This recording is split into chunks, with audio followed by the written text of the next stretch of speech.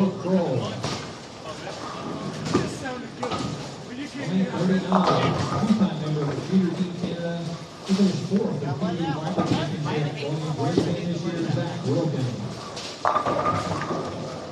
On lane 40, a 10-time champion on tour with 3 majors. He was the first European player to complete the PBA Triple Crown. Say hello to Don Barrett. On lane 41, he owns 5 career regional titles and multiple championship rounds. So looking for his first win this week, Sean Lavery's ball. And rounding out our top 16 on lane 42, the 27-time winner on tour with 7 majors, 4-time and 3-time defending PBA Player of the Year, DJ Thatcher.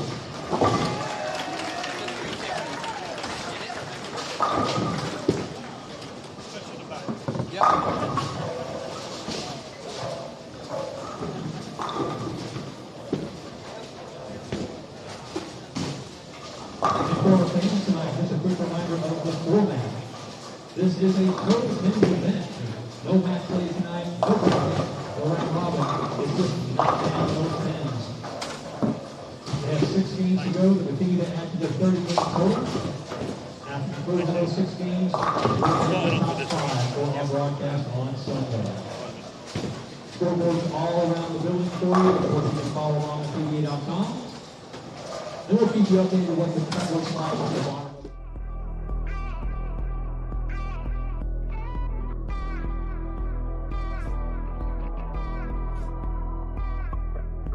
Bill O'Neill, winner, winner, winner.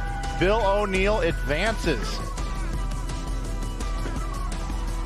for title. Indeed. The birthday girl, Stephanie Zavala. Trying to make the show. There it is. He yelled, do it, and he did it. BJ Moore makes the show. 10 is a win for Snodgrass. Title number 6 on the PWBA Tour. Off his hand, it looks good. It looks good. He's done it. He's done it.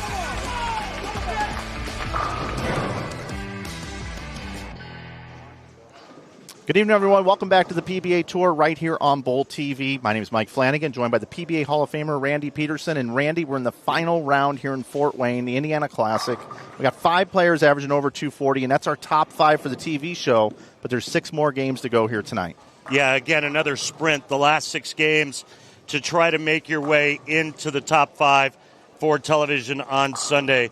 Looking at the scores, I see about 10 players that may have an opportunity to do that, but tonight you got to get them early and you got to get a bunch. Yeah, you know, we've been looking at this oil pattern here over the last couple of days. We had 9 300s the very first time this oil condition was laid down on the lanes.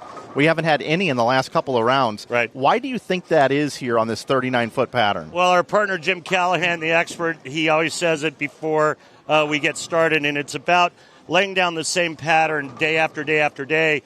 The front part of the lane starts to hook a little bit earlier towards the end of the week. The back end starts to get a little bit tighter, and the lanes get a little bit trickier. Well, you know what? The lanes might be tricky tonight. They might also play nice because every time they strip and oil the lanes, they can never know what you're going to get. Let's send it down to Tom Hess, who's laneside, with more. Yeah, guys, the other thing to pay attention to tonight, of the 16 players left, only 4 of them have bowled a 300 over block. So that's what it's going to take to make up ground if you're not already in that top 5. Only 1 this morning, and that was Bud Kroll. I think it's going to take somebody to make a run. They're going to have to bowl 350 over. The high block so far this week, 374 by Chris Prather. Can anybody do it? There's a packed house here tonight. And let's take it out to the lanes and see if anybody can make a run.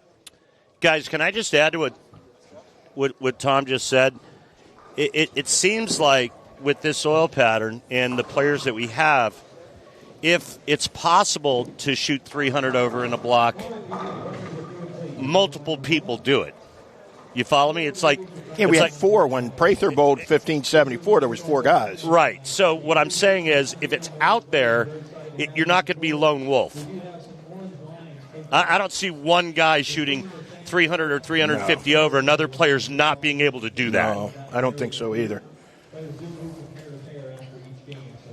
Jimmy, let's take a look at this 39 feet in length Mike Albee pattern. We've been looking at it all week here. It's a 2.2 to 1 ratio. Using Current oil here this week.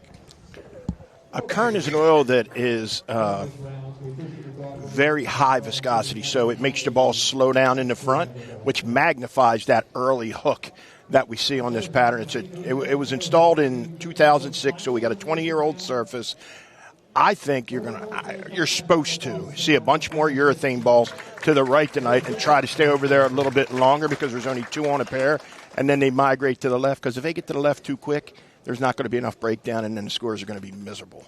I'm thinking that, like I just saw Bill O'Neill here, he's using a black urethane to the right, which he hasn't done all week. Also, we've been talking about, if you look at that graph, you can see how it's offset a bit, lefty versus righty. In our top 32, no left-handers here this week. They got off to a hot start this year on the tour the first couple of weeks. Not a good week here this week. We'll see how they do at the Masters next week, which I'll also have for you right here on BowlTV. And tonight, we've also got a new audience. Welcome to everyone watching on the PBA YouTube channel, PBA YouTube Friday Night Bowling, PBA Tour. Glad you're with us. If you want to check out BowlTV and subscribe to our service, you certainly can do that. Head over to bowltv.com and pick your subscription, and we would love to have you join us for the rest of the season. We still got the World Series of Bowling coming up after this 10-week start to the tour. Hey, guys, real quick, does young Ryan Barnes, does his outfit remind you of anyone? Are you going Dad or Tiger Woods? Tiger Woods. Okay. He's got that mentality, too, by the way. No doubt. I mean, he's got that instinct that, hey, I want to win. This could be the week we see Ryan Barnes' coming out party. So this is not match play, by the way. We need to let everybody know this is another qualifying round. This is elimination round number 2, but it is just games. No bonus pins. They are going to bowl TV style here tonight, meaning that the player will bowl 1 frame, and then the next player will bowl 2 frames and alternate. Total pinfall tonight, no position round. And this is not bracket play. This is just accumulation of pins over and over again throughout the event. We had 24 games of qualifying games, and then we came back with an elimination round of 32, and now an elimination round of 16. This should go super fast. I mean, you think about it. We have no position round, so we're going to have no stops. We're off to the races. And by the way, every person I've seen throw a ball so far is urethane. So Spoke with EJ Tackett about 10 minutes prior to the start, and I said, EJ, what are you expecting tonight? He said, I really don't know. 2 on a pair. I don't know if we're going to be staying into urethane a lot. I said, what's your game plan? He said, my game plan is I'm going to try to drag it as much as I can for that first game, meaning he's going to take urethane, play out, drag that oil down, and then move in off of it and use it as hold. And you've talked about that in the past, Randy. Last week you had Anthony Simonson do it with a plastic ball in front of the head pin. Right. Remember, right? And then he bowled an incredible number in his match. So I think that's a very smart play by EJ. Guys, let's go ahead and take a look at the leaderboard here. The top 16, when you look at these numbers here, the top 5 will make it to CW live on Sunday at 4 o'clock Eastern. Right now, your top 5 would be Marshall Kent, Ryan Barnes, Timmy Tan, Bud Kroll, and Zach Wilkins. You look at Dominic Barrett, he has led more games this week than any other player.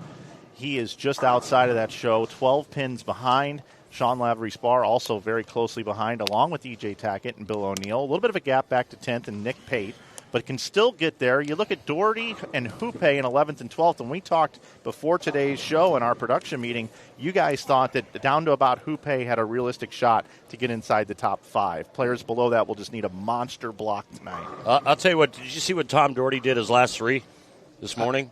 Absolutely ran him over.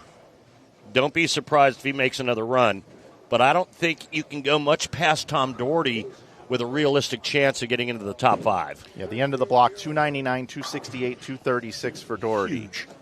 And he is our lone senior in the top 16. He bowls on the PBA 50 tour. Tom is 51 years old. I'll have what he's having. Tank for EJ. Tank meaning? Tank meaning a urethane ball. Something he's going to be able to keep his angles straight. We saw him do this the other day, and it wasn't very effective. Yeah. But I think there's a lot of urethane balls. I think they're trying to save the lanes, guys, which could equate to some big scores. If they stay right and in urethane long enough, they will develop and they will be high scoring the last 3-4 games. Take a look at all of our players here tonight. We showed you all 16 of them. Now let's go around the bowling center here at David Small's Pro Bowl West. Take a look at lanes 15 and 16, 17 and 18. We've got Bill O'Neill, the 44-year-old Hall of Famer, taking on Nick Pate, who's had an unbelievable look here this week. Nick Pate could win this week. And there's Tom Doherty, who we talked about, taking on Mitch Hupé, the Canadian. Now when I say taking on the same pair as Tom Doherty. They are not bowling against each other. I said that out loud earlier for a reason. And these guys will be moving to their next pair together. There won't be any change on the cross.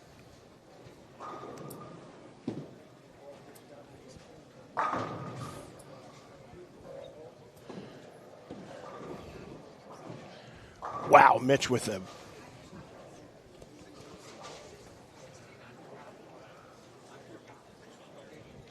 So Mitch is 157 back. Doherty's 138. Pate is 102. And Billy O'Neill is 27. So there's a little gap from Billy to Nick Pate.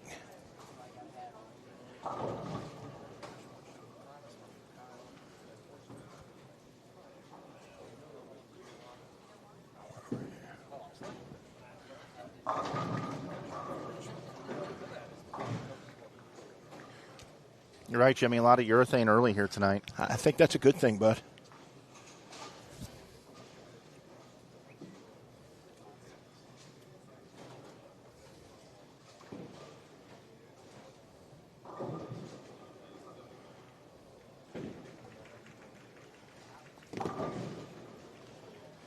Guys, there's no time for 180s, 190s, 2-0s. That's not going to make it happen. You got to strike often. There's just no time, no room for any sub-200 game. Bowling together is Thomas Larson and A.J. Johnson, Darren Ong, and Kyle Troop. Thomas Larson with a little bit softer speed. Darren Ong with a nice run to get into the top 16 this morning. Had the front 8 a couple times this morning.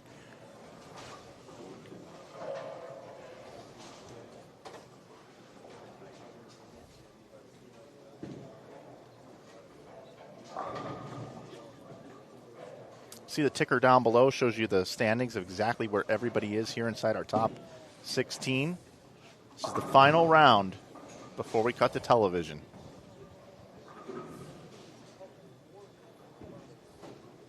AJ playing right up 10. Tank for AJ as well.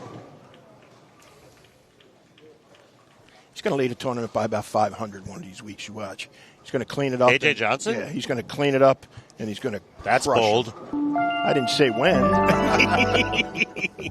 I'm just saying one of these weeks he's going to have a set that's cleaner, where he doesn't get around it, and his mind is solid the whole time. He's got the ability to lead by a lot. Hasn't happened yet, but he's made a bunch of shows. Did he promise you dinner tonight? I mean, that's what I'm wondering. That was out of left field and pretty strong prediction, brother. I think he's a great bowler. I don't think it came through the microphone, but I just heard the Venmo thing come through for Jimmy's phone. Oh, wait, here it is. I can't say all bad things all the time. Got to say something nice once in a while. There's that shot you guys keep talking about time. A.J. Johnson. Left. About once a game that happens to him. And it's always on a triple or a 4-bagger. And look, on a triple. I'll tell you who's been on a heater today, starting this morning, is Bud Kroll. And right out of the gate, front 5. Young Ryan Barnes. Roll it, hit that thing, hit it, there Down we go. goes Frazier. Bud Kroll, front 6. Ryan Barnes, front 5. That was big for us. I wonder if Dad Chris pulled out the Tiger Woods outfit for tonight, the red and black. You know why that was so big for us? Because typically when we switch to somebody that's on the front 5, we cloud them. Oh, it's been bad. That messenger was for us. The black cloud. So I have a question, Mike. This is an important one. What do Timmy Tan and Bud Kroll have in common? What? What do Timmy Tan and Bud Kroll have in common? They're the only players in the field with every game over the 200 score. Correct. Absolutely. Oh, good one. I did pay attention in our production meeting today. That's why we have those, right? That's right. Look at this right here. This is the slowest rolling messenger you may have ever seen in the history of bowling. Look at it. Get the half of it's off the pin deck, guys. There we go. No. Nope. Nope. He didn't make the cut, did he? No, he did not. We don't have to worry about that last name. By the way, that is my least favorite hit in bowling, the flat 10 messenger. That is, it's bad enough to be a flat 10. Why can it turn into a strike? Sometimes a bowler will tell you something and it just sticks with you forever. I remember about 10 years ago, Jason Belmonte had a messenger take out the 10. I go, hey, man, great shot. He goes, no, that's not a great shot. Anytime you have a messenger, means you needed help. They should all fall just going through the pins. Never forget that. And again, folks, remember, this isn't match play. This is total pinfall. Yeah, remind me of that once in a while here. It looks like match play, but it's not. It does. And remember, the guys will be moving together to the next pair. By the way, they call this one the players format. This is the format that's the most truest for the players. There's no head-to-head match play. You catch a guy who's on fire and you're out of the tournament. This is total pins. This is what the players committee likes the most. The players format here. Well, I mean, there's no help, right? It's you knock this many down, and this is your position. It's on you. Yeah. There's no going, 14 and 10 in match play and having the fourth highest average and leading the tournament. Yeah, you're on your own right here. Whatever you knock down. The downside is the tournament leader. If he loses the title match, he loses. And it's unfortunate because of television and the time allowance, but you would like to see the tournament leader get to bowl two matches, right? Yeah. To where if he loses match number one, he's got one other shot at it.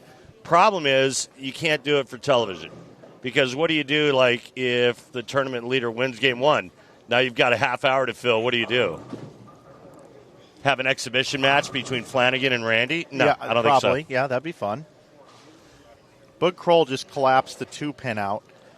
So his bowling ball is coming in light now. What's the move, Jimmy? Move right. Get it to get started a little bit sooner. With your feet or your eyes? Feet only. Feet only. Yep. You want to get it. Remember, with a urethane ball, you're trying to get your ball to read the front part of the lane. So he has to get his ball to get started a little bit sooner because, they're pushing it down with two urethane balls. So it's getting a little bit tighter down lane. He'll just inch a little bit right with his feet, keep it in front of him, knock the holes at him, and he's going to get an 8-bagger right here. I got to tell you guys that Ryan Barnes' red shirt is badass. Just saying. Okay. You like red shirts. I like blue pants. There's something about that red. Ooh. I don't think that was exactly the way he wanted it to go right there, but it was perfect through the pins. Might have been a little left to target, but it just laid there. I think you're being generous. I think that was a little bit more than just a little left. Okay. But it still struck.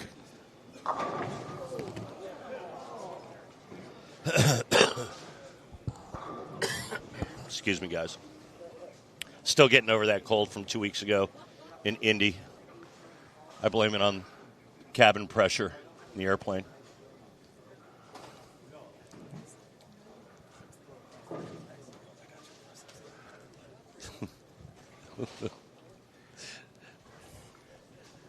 Chase picks me up at the airport a couple days ago. Uh-huh. I gave him I said, I have a present for you. Gave him a water bottle off of Delta and a little bag of those mini bag of chips, Sun Chips.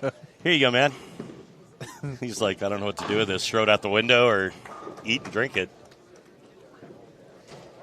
Man, Ryan Barnes is way in. Yeah, last two shots, 10-pin for young Ryan Barnes. He'll figure it out. He'll be there. He's using IQ 78. He'll be there. Bud Kroll, perfect, though, through 8. What a great start. Did you guys mention his scores this morning? Did you talk about it at all or no? 1506 is total. Yeah, I mean, it looks like 260, 270, 202, 260, 240, 240. I mean, he knocked the hell out of him this morning, and it was a clinic that Boog put on. I like me some Boog Kroll. He's from the Show Me State, as am I. Nice kid. He bowled 15.06, and I'm sorry I didn't hear. He bowled 2.00 the third game, correct? He did 200 even. Wow, that's game 3. huge. You guys remember the first title he won? They were about as gross as they get. It was one of the lowest. Hometown. One of the lowest. It was in. Was it not in Delaware? Yep. And it was one of the lowest scoring title matches ever. And I mean, they were just impossible. So look at the contrast between that and this event. High scoring, Boog's still there. Kid can roll the pearl. Marshall Kent, nice week for him as well after not doing a whole lot the first couple of weeks out here. 0 for 4. Spoke with him after, I think Tom Hess interviewed him after the round this morning. He said, I just feel like me again. I'll tell you what, him feeling like himself, that's a pretty good bowler, buddy. And every time we talk about a player, split happens. Marshall gets a lot of his score later in the block because he loves getting in the middle of the lane.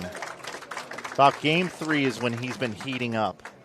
For example, 2 rounds ago, his last 4 games, 242, 256, 247, 258. That looked good as soon as it left his shoelaces. Yeah, that was good. Not getting his ball past about 7 or so, 7, 8. Oh, Marsh.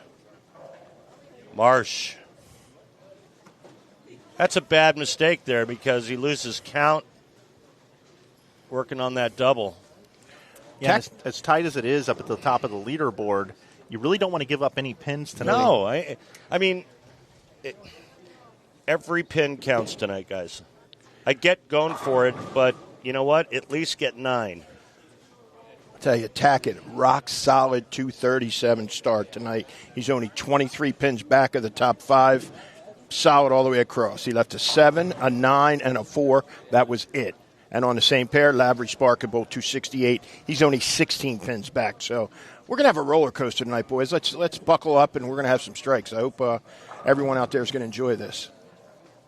We've had 4 on a pair the entire event until tonight, so transition will be less. And we've seen these lanes transition a lot with 4 on a pair just in one game. Lavery Spar just missed a single pin, and Boog Kroll rolls the 10 again.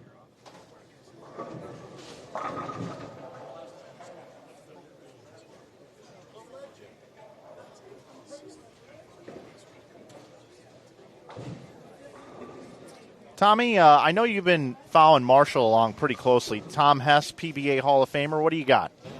Yeah, guys, as I was checking out the scores there, getting ready to do some interviews and stuff, I happened to notice, you want to talk about consistent. As high as the score has been, Marshall only has 3 games over 258. He had a 300, a 296, and a 278. Everything else, his next highest game out of that is 258, so he has been so consistent all week long.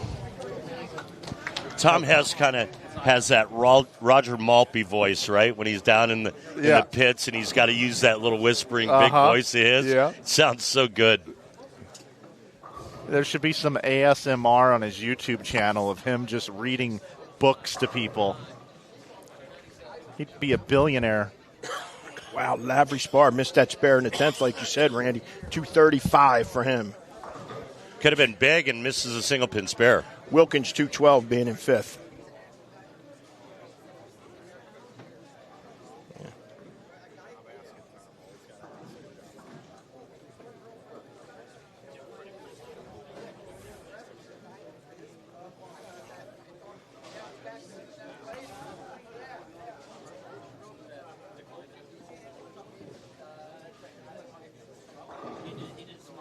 Big 10th frame here for Ryan Barnes.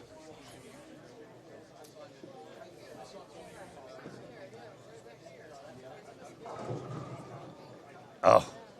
Little 2-pin there. Yeah, we saw Marshall flat 10 on that left lane last shot up, and it looks like some carry down and a little bit of length on that left lane developing already. 2 very high rev rate guys on that pair. When they go there, that pair could be chopped up in the front pretty good. Jimmy, is there a pair tonight that's not a high rev rate pair? Let's look. Let me glance through here.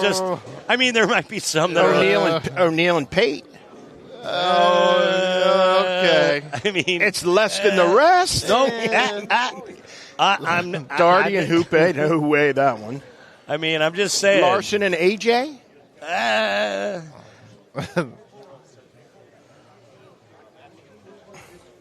We are seeing a lot of 2-pin combos, guys. 2 pins or more. Well, late in the game, though. Look at how they started. Uh-huh. So, again, that's got to be push and some carry down with the urethane.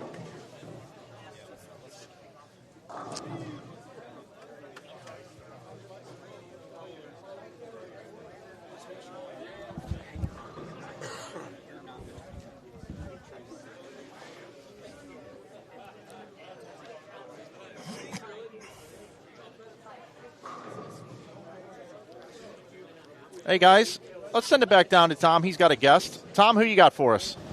I got Thomas Larson. So, Thomas, we were having a little conversation here before this round started, and I thought it was pretty cool. Can you tell me what happened to turn your day around on day one? Well, I started, I think it was 92nd after 2 games, and I went up to Slam and said, I'm done making decisions. Just tell me what ball to throw and where to stand, and proceeded to shoot, 11-20 next 4 or something like that. So, yeah, I'm done making decisions. They just tell me what to do now. So did he tell you what to do there and you only bowled 230? We agreed on the red ball. They told me red ball. I threw red ball, and 230. All right, good luck the rest of the night, bud. That's awesome. Talking about Schlemmer's tour rep, Chris Schlemmer, the brand manager from Rotogrip. But I got to tell you guys, I want to eat his shirt. Yeah, it looks very tasty, doesn't it?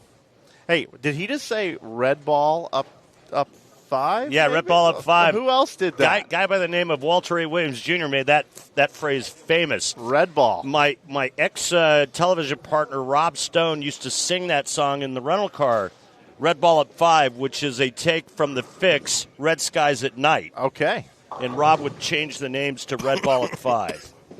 Oh, oh, oh, oh, oh, oh, oh, oh, oh. Love it. Jimmy? Never heard that before in my life. Seriously?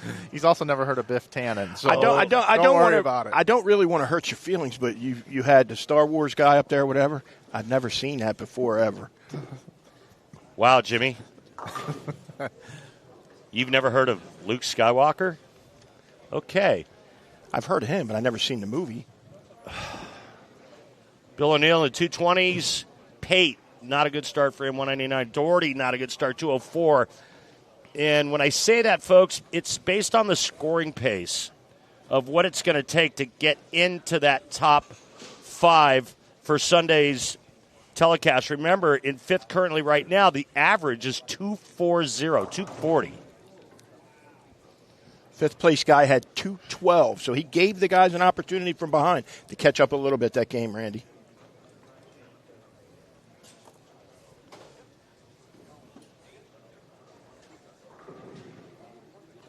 All right, so what's telling is in Game 2, guys, is how many players stay in the urethane, how many get out of the urethane, move into reactive, and move into the center part of the lane. EJ Tackett comes to mind of a guy that'll probably go to reactive. But that makes sense for EJ, right? Yep. He doesn't like to throw a lot of urethane.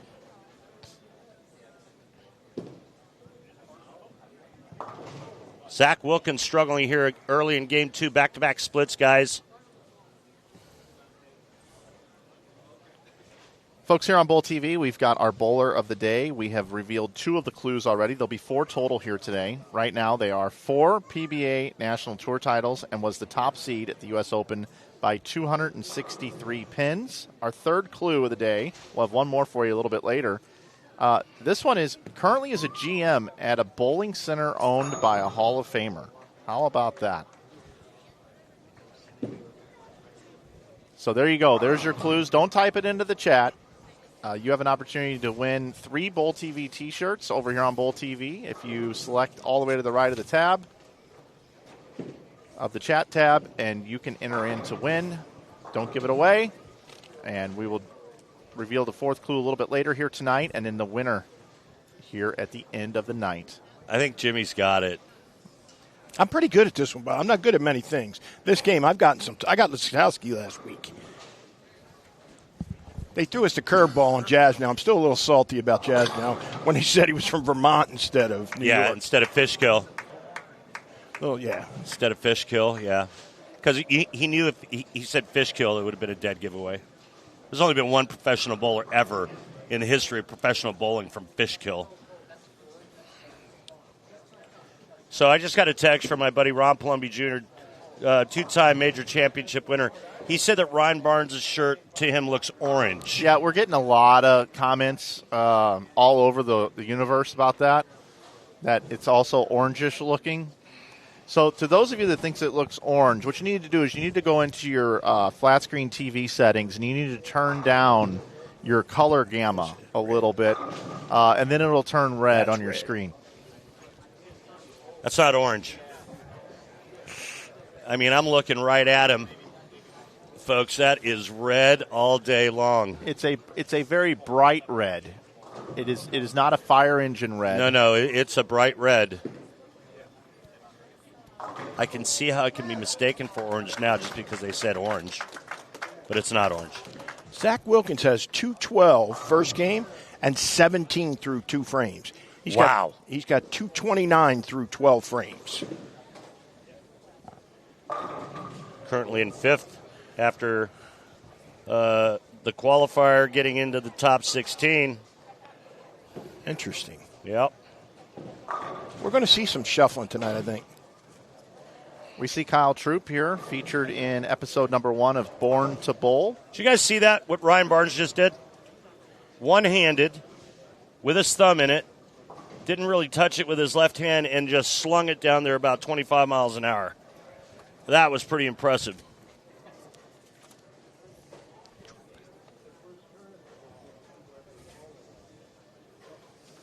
Troop's posture looks better. Jimmy must have talked to him in between blocks.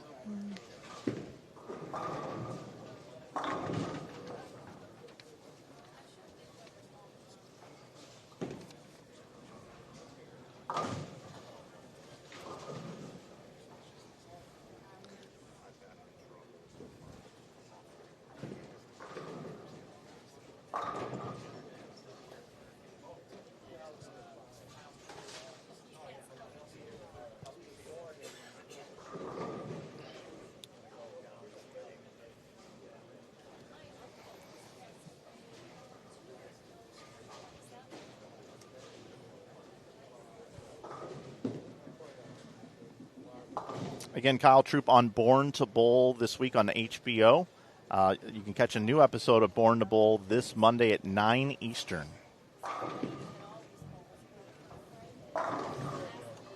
Again, we mentioned that we're also live on PBA YouTube tonight. Don't forget to subscribe to the PBA YouTube channel for classic telecasts, tournament highlights, and exclusive content, including live streams.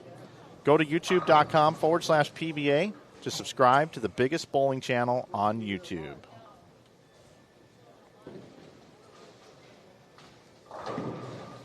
Ryan Barnes with an early 9 out.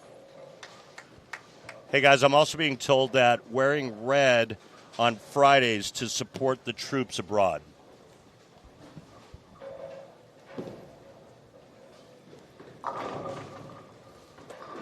And another way you can support the troops is the Bowling to Veterans link. Bowling to Veterans link has supported our veterans and active duty heroes with programs that heal, uplift, and inspire. As bowling's oldest and most successful charity, BVL has raised nearly $60 million to fund recreational therapy that boosts morale and speeds recovery. Honor their service with your support.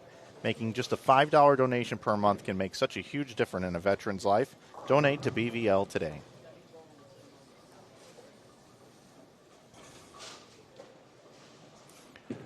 Ball change, Ryan Barnes. Optimum idle. This is go-to. Symmetrical ball going to be smooth and round off the spot. This is what he goes to right away off of the other one. That was a massive messenger in front. That was kind of a lousy break, guys.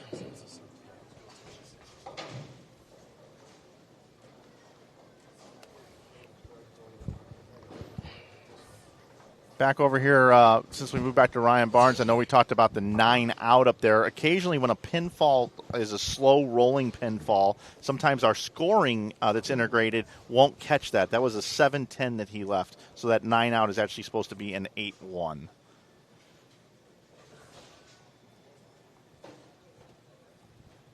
Do you remember in 2015, guys, that online viral phenomenon about that dress? Was it blue and black or was it white and gold? Well, we've got it right here, 2.0 version. Is Ryan Barnes' jersey red or orange? Get that trending out there, everybody. Start Xing about it, I think is what they call it now. Get on Instagram. Find out. Let people know. You vote. Is it red or is it orange? I think after Ryan bowls a really nice game, we can have Tom and BK go down there and ask him. Maybe get it on camera. Maybe they could go to Sherwin-Williams and get an orange bucket of paint and a red bucket of paint and a couple of poster boards. We'll let it dry, and then they can hold it up next to the jersey, and we'll figure it out for once and for all. Shout out Sherwin-Williams, by the way. If you'd like to be involved in bowling, there's information on the PBA website, or if you'd like to sponsor BowlTV, you can head over to bowl.com and click the... Maybe they could sponsor the Bowler of the Day. Yeah, contact us. Yeah, Bowler of the Day would be nice as well.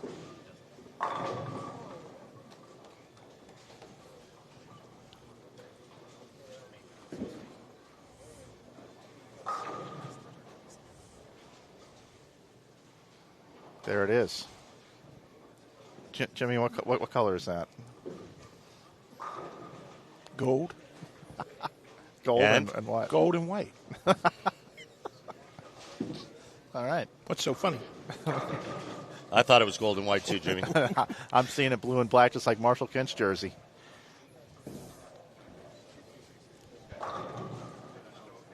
Marshall, front six. Huge. Nice rebound after game one. Game one, just 208 for Marshall Kent. Bill O'Neill, four-bagger.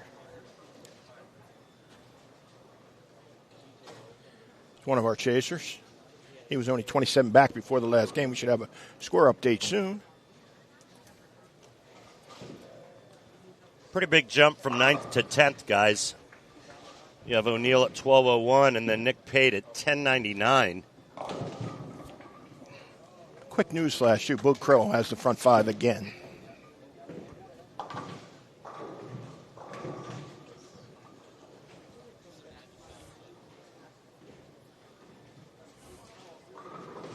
O'Neill, perfect through five. Tell you what, Billy's bowled 3 tournaments. He was injured for a couple. Billy has been fantastic in the 3 events that he bowled. Big run in the playoffs. Yes, bowled great against. He lost last week to Simo on that tough pair. Yep. And then this week he's right in the ballgame. 3 great weeks from Billy.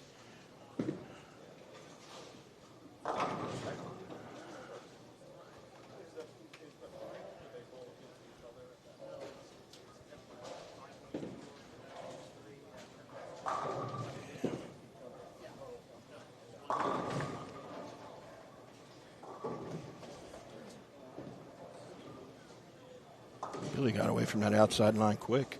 He's got to move a little more, too. That's kind of a weird 3-pin leave there. A little high on the pocket. Leaves a 3-pin. I think it's 9. That's a 9. Is it really? Yeah, it was a trip 4-9. Yeah. It's too busy looking at that dress still, guys.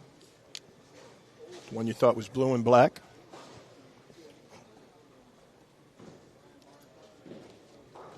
$3-4-9. That'd have been a good leave. And you honestly thought that the color of that dress that you put up was what color? Blue and black. You need therapy. It was white and gold all day. And you know it. You're just saying that because you want Jimmy and I to lose our minds. You're doing it on purpose. Jimmy and I are both looking at each other going, what? He said what? No. We're not buying into it. We're not biting. We're not taking your bait, Mike. You can forget that. You sound a little randy at me. It might work on some weaker folks, but not Jimmy and I. Right, Jim? Yeah, they kind of beat on me for my pop culture, if you haven't noticed, Randy. They're a little aggressive on me. Well, I mean, Jimmy, you do other things like look at ball reviews and stuff. And follow bowling. Front 7, Kent. Front 6, Bug Crow. To our new audience, we have a sound effect up here on the board we like to play when there's breaking news. And tonight, we'd like to break some news. The IBMA Luby Hall of Fame Award is a prestigious bowling honor recognizing individuals for distinguished long-term contributions to bowling coverage in print, broadcast, or photography. And it is considered the highest bowling media award from the International Bowling Media Association. And that award in 2026 is awarded to none other than our broadcast partner here, the PBA and USBC Hall of Famer, Randy Peterson. Gets that award, buddy.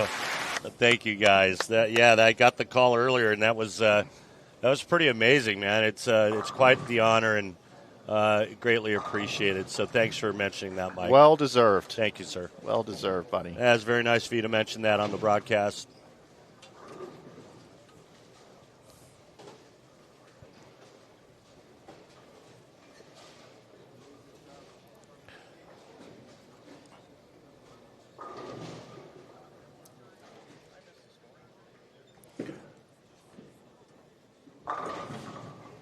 You see our ticker down below has been updated, and that's because we do have a scoring update after 31 games.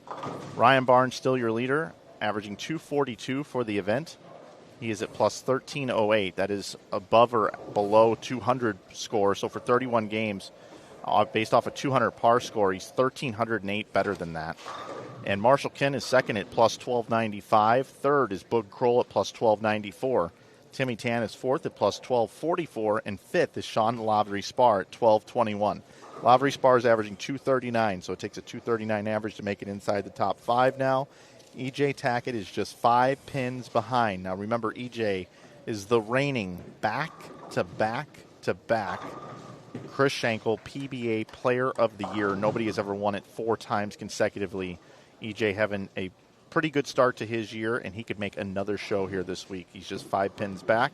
Zach Wilkins from Canada is 7th, Don Barrett 8th, Bill O'Neill 9th, and Nick Pate is 10th.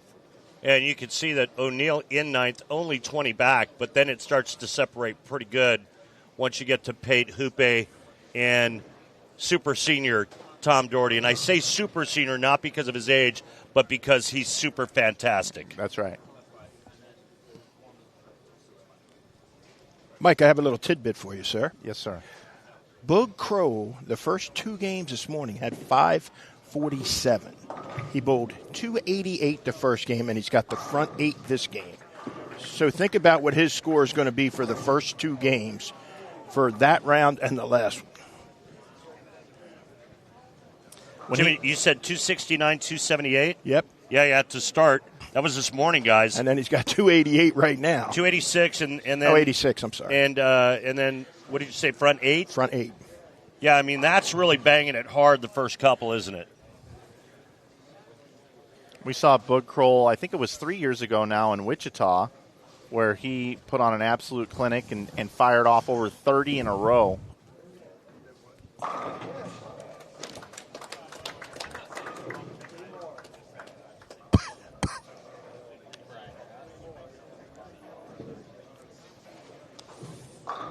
Marshall Kent, front 10.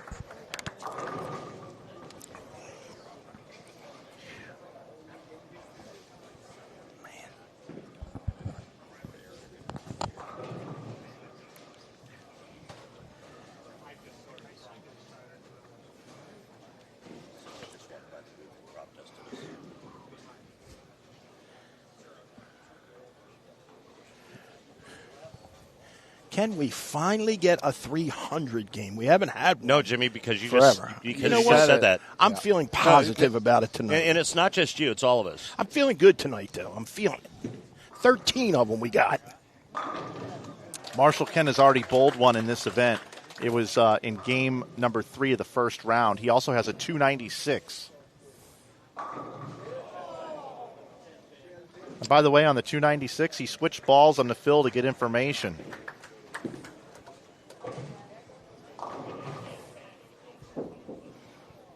I don't see how Book can get 300 here.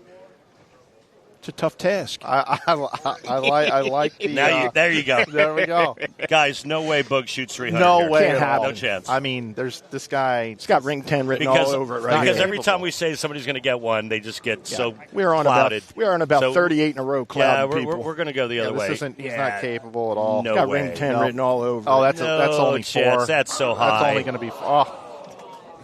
Okay. Good Well, Lord. Well, we tried. All right, so listen, guys. Here, let's make a pact, right? The next time we cut away to somebody that's got the front 9 or 10, we don't say anything. We just lay out. We'll just lay out completely. Wheels are falling off Zach Wilkins. Big time. 212 the first game and max 177 this game. Yeah, he's in big trouble, guys. And then that doesn't matter. It's Phil. He just loses a stick. So how about back-to-back games for Boog Kroll? 286, 288. I think that's pretty good. That's 574 if I can count. He had 540-some this morning and 570. So there's 310 over for 4 games. So he bowled over 1,100 for the first 2 games. And guys, Boog was only a stick out of second and only 14 out of first. Might change. He's going to take the lead. Yes, he Marshall is. Kent had 280-some too, though.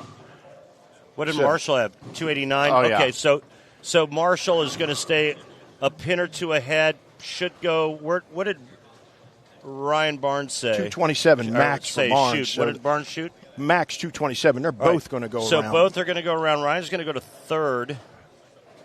What did Timmy Tan shoot?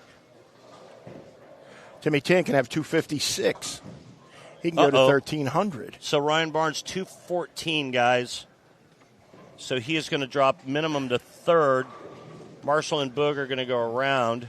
Yeah, I love it. And all of a sudden now it looks like some separation happening with our leaders. Got the U.S. Open written all over it again, boys. With 4 to play. Tackett really needs to strike out in the 10th frame, in my opinion, to shoot 247.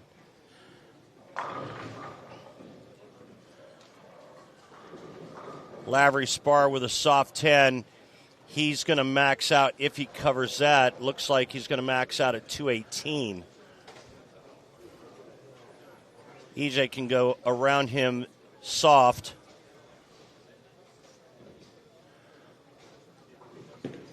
O'Neal in the 230s, can shoot 248. He's leaving himself within striking distance. See what I did there? He's not bowling a bad game, but he's not bowling a big, massive game like we're seeing from some of the others. Who are you talking about? Bill O'Neal. Yeah, I think you could say the same about Tackett. Yep. How about from 5th to 9th, there's only 20 pins. Then there's that gap right there. Right. We're starting to – I think we're going to see a lot of shuffling. We are. Potentially you're going to see O'Neal and EJ Tackett go around Lavery Spar. Billy's got a good look. Billy's got a nice look. Be interesting. Let's take a count next game of how many guys are left in the urethane. They're going to start to migrate to the left here. They already started.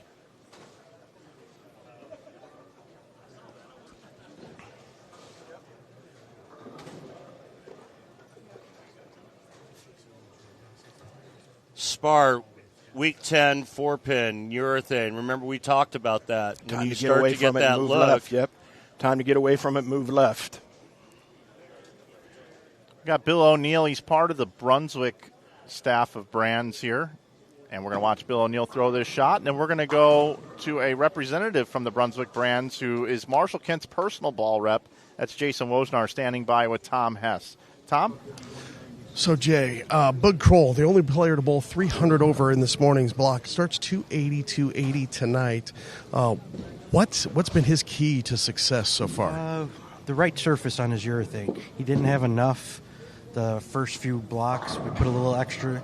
He's able to throw it a little longer, shape it a little more. It's been rolling very good for him.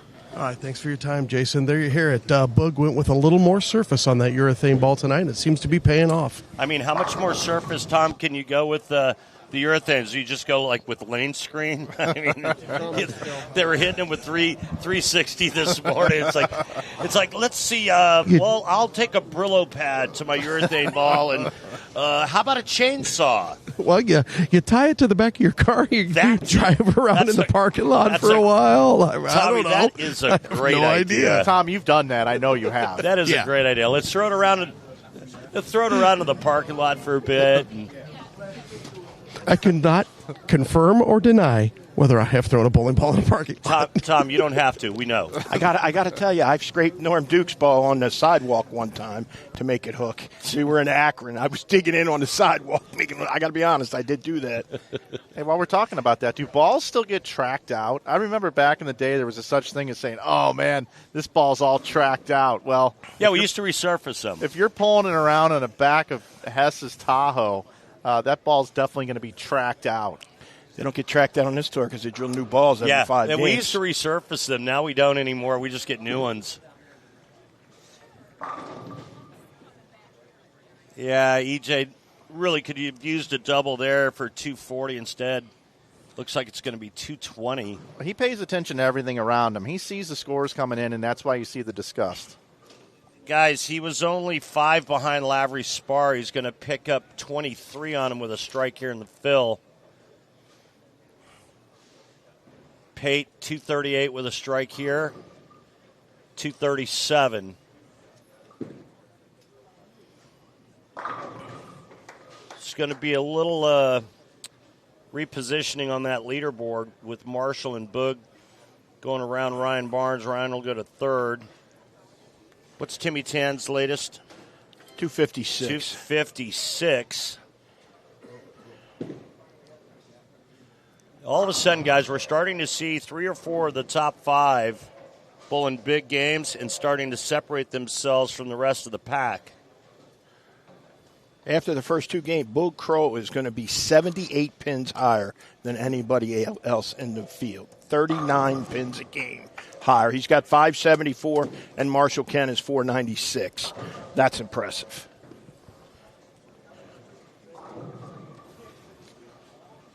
Hey, do you guys remember earlier when Thomas Larson said for 2 games he didn't know what to do, and he told Chris Schlimmer to just tell him where to stand and what ball to use, and he started bowling good? Well, do you know that you can do the exact same thing at home or on the go with the PBA mobile game? Bowl anywhere, anytime with the PBA Bowling Challenge mobile game for iPhone, iPad, and Android. Continuously updated with new ball options, new venues, new competitions, and challenges with in-game rewards. Download the free app from the App Store or Google Play Store today, and you too can be Chris Schlimmer, but you can pick any player you want, and you can stand wherever you want with whatever ball you want. You can do it at home. See, I thought you were saying like I could download the app, play the game, and then call Chris Schlimmer and ask him what ball to throw. You could do that as well. So, guys, when I was down there changing game of graphics, we talk about the cross and how important that is. Zach Wilkins is going to regret having to bowl on 41 and 42. He bowled 153, I believe it was, on it last night, and just hit that pair again. Other than that, he's absolutely crushing it. So kind of a little bit of an unlucky draw when there's bowling 6 games on 8 pairs, and he had to catch that one again. So he hates that pair. He hates that pair. Man. And then the leaders come over to this pair. 41 and 42, Marshall and Ryan, they both start with a double.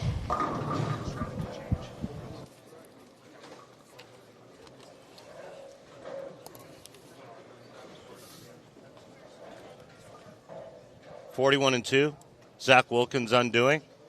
So basically, later on tonight, if that pair catches fire, we have an idea of who started it? Yes. Because that's literally going to cost him the show. I mean, he was in 7th, just 7 back.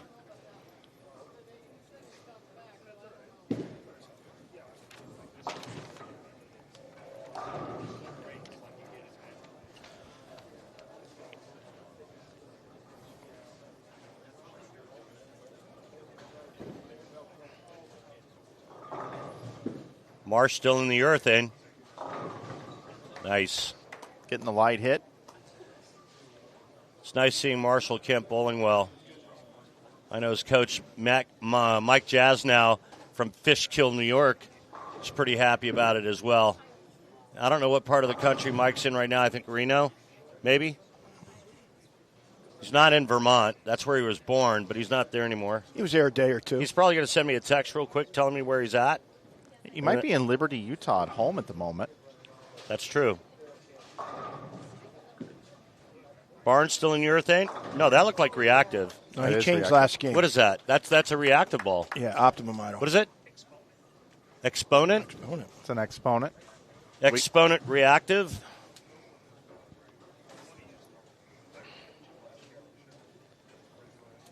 It's the one he used in the Players' Championship on the show last year. You know how I know that?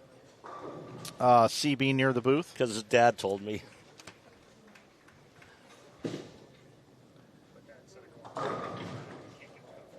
True. Can't get anything started. Barnes and Marshall perfect here in Game 3. I mean, you got to really love what you see with Ryan Barnes and the way he's shaping the different bowling balls, right, across the 30-plus games that we've watched him bowl. Remember earlier this morning, late, he was literally carving the entire lane with his hand really floating around the side of it to get the ball to go right and then return. Now it's more up the back with the reactive, keeping it more in front of him. Yep, Jazz now is in Liberty, Utah. You're right, guys.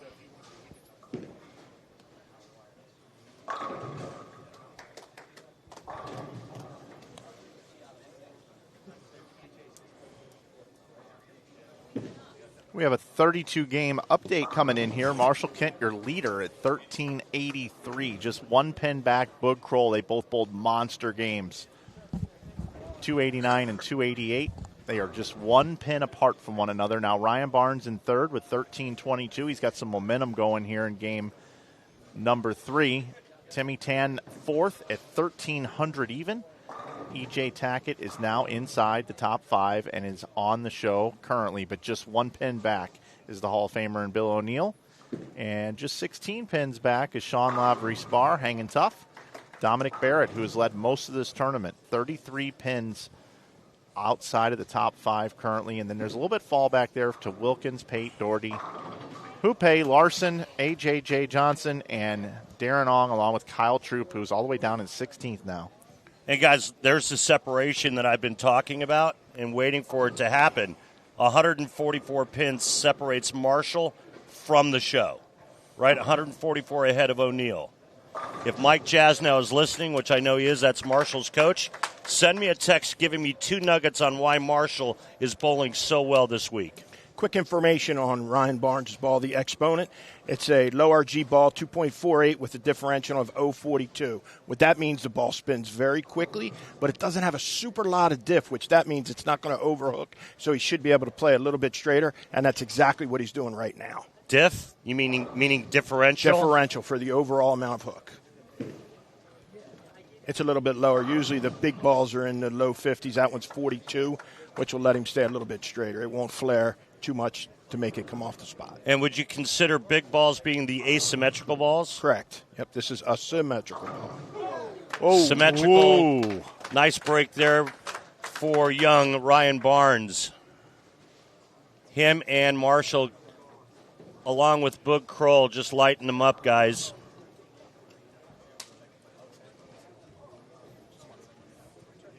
Symmetrical being very round.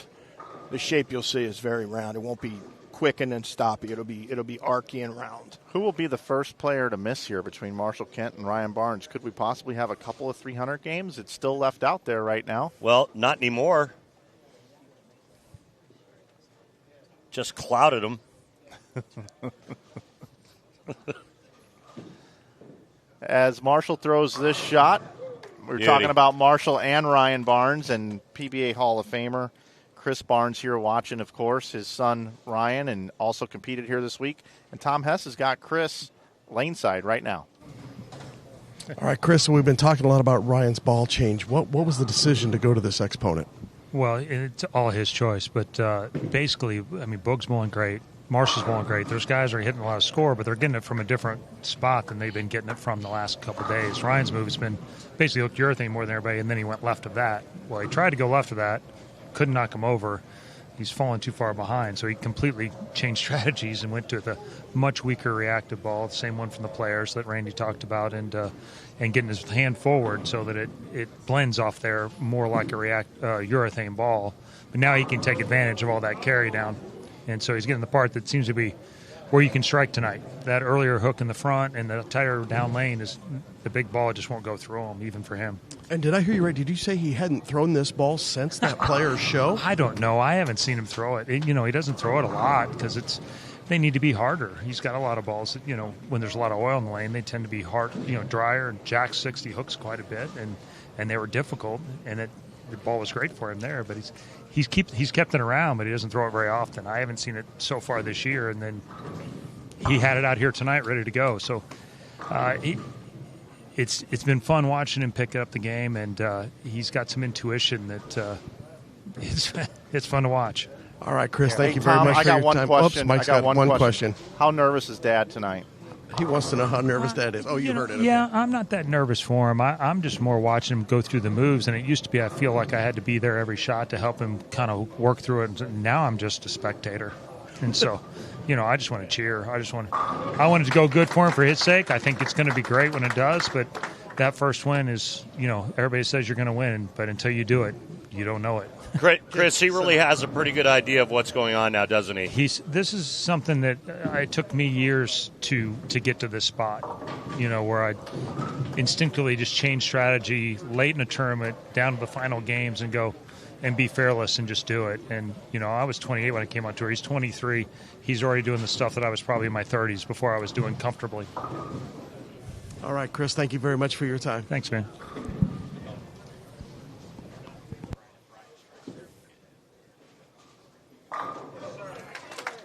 I mean, what a feeling that is for Dad, right? Yeah. For not only saying what he said about, I can kind of let Ryan be Ryan and do his thing, but not only that, but have people like us talk about seeing the transformation in front of us, right? It's a pretty proud moment for Chris. And Tom asked him, he said, how nervous are you? And I'm sitting here thinking to myself, he's not nervous now. Oh, but, yeah. But wait if till Sunday happens. But wait till Sunday. Yeah. Wait until Sunday in that title match. Uh-huh. And Chris will be trying everything he can do to keep what's on the inside from coming outside.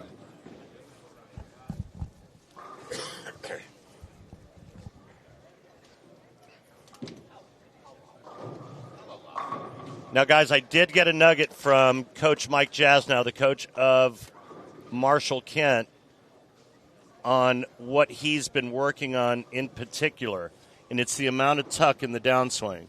So remember this morning when he was really feeding it and how much tuck he had to.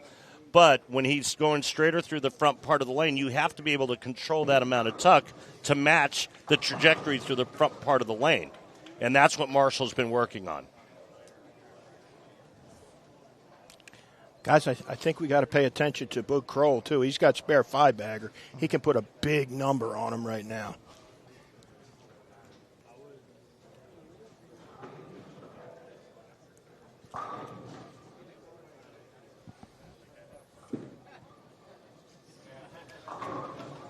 Good shot.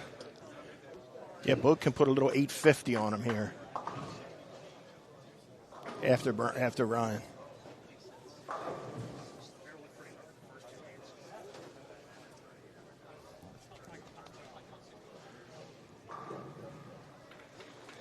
Hey, remind me, what pair are they bowling on right here? 41 and 42? Weren't we just talking about Wilkins bowling on this pair?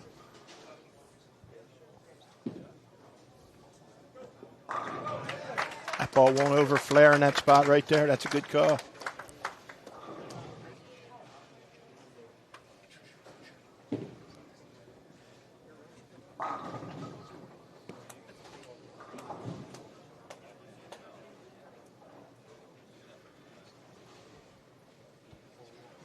Timmy Tan striking again, too. He can have 270.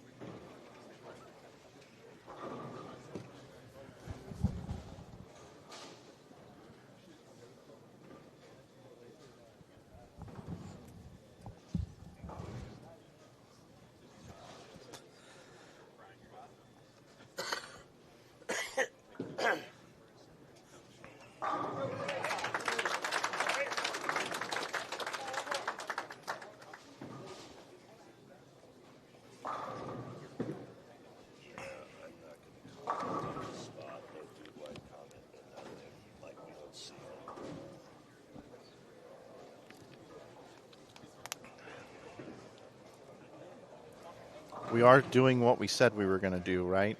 If a player has the front 10. Mike, what do you? Mike, stop. Just stop it.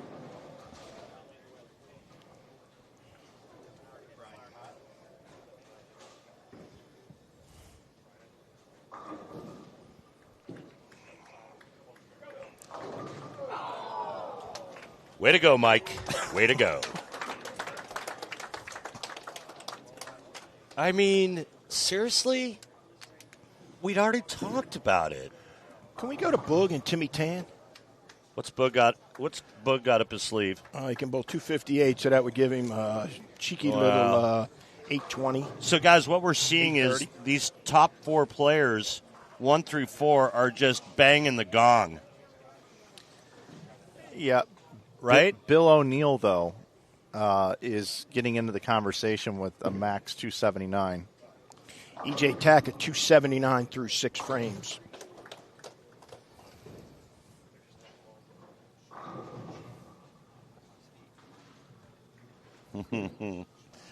Oh, the message boards are lighting up. I love it. Yeah, Mike, welcome them in. They're just banging on you right now. Well, hey, everyone watching on the PBA YouTube channel, welcome. You're getting a live look in at action here at the final round, the elimination round here at the 2026 PBA Indiana Classic. And if you like what you see here and want to continue to throw shade at me, we invite you to do so all season long over at BowlTV.com. That's where you can watch the complete broadcast, get access to additional lanes and coverage, and watch all PBA events throughout the season. So if you're enjoying what you're seeing here on PBA YouTube and want to continue to bash me, head over to BowlTV.com and join us for everything happening across the lanes.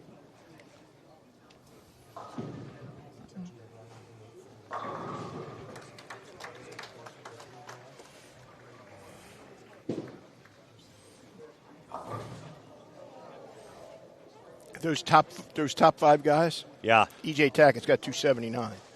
So they're going to separate. EJ Tackett's got 279. So does Timmy Tan. Boog Kroll, 258. Working. Look at Timmy Tan just running him out. EJ Tackett, you can see there. Bill O'Neill at 279. SLS, what's he got? Our top 6 players are just really ramped up right now and looking for big scores here in Game 3. SLS right in front of us here. Just got to get something going on here. SLS. Okay, I got you, Jimmy. Sean Lavery Spar. Yes, sir.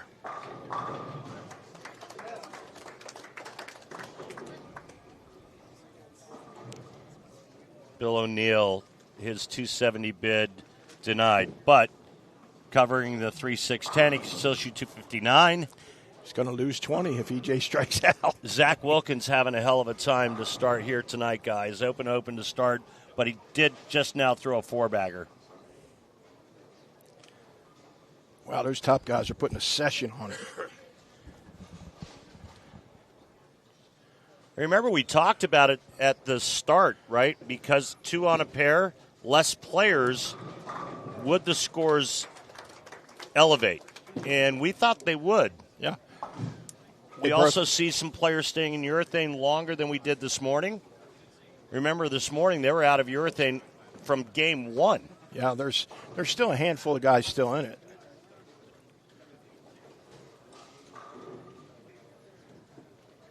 That's a good comeback for Zach Wilkins.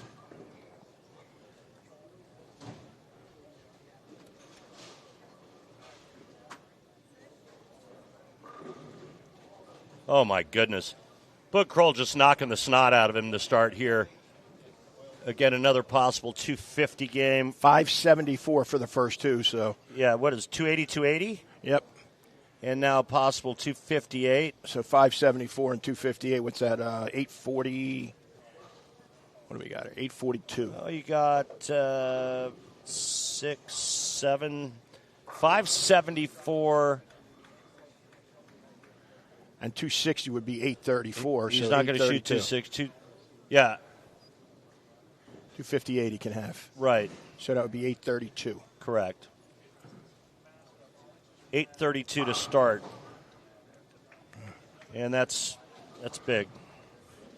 Meanwhile, he's barely making any ground up against Marshall Kent. Ryan, he has gone around Ryan Barnes, but just a pin behind Marshall Kent.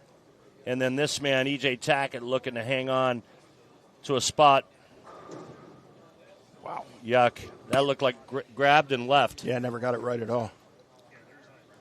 And we talked about it on the last round. I think it's great to revisit it. The front part of the lane is gluey, so to speak. There's a lot of friction. So you have to get it through that front part of the lane. But as you get steeper or deeper on the lane, you're covering more real estate, more boards. And you have to still be able to get it to the right to that spot, maybe even outside of the 8th board, as you guys alluded to in the last round. But you also have to have a soft enough speed, which is so hard to do, to get it to then come off the end of the pattern and then get to the strike pocket. What these players are doing is exceptional. Keyword, you have to have touch. To get it over there, you can't be grabbing on it. It's got to float over that spot, and that's when you're seeing Boog's keeping it more in line because he's using an urethane ball. But the guys that are getting it over there, their touch is unbelievable. And that's why we saw a guy like E.J. Tackett go Brooklyn and leave a 5-pin. You're off just a little bit, it can have that kind of result.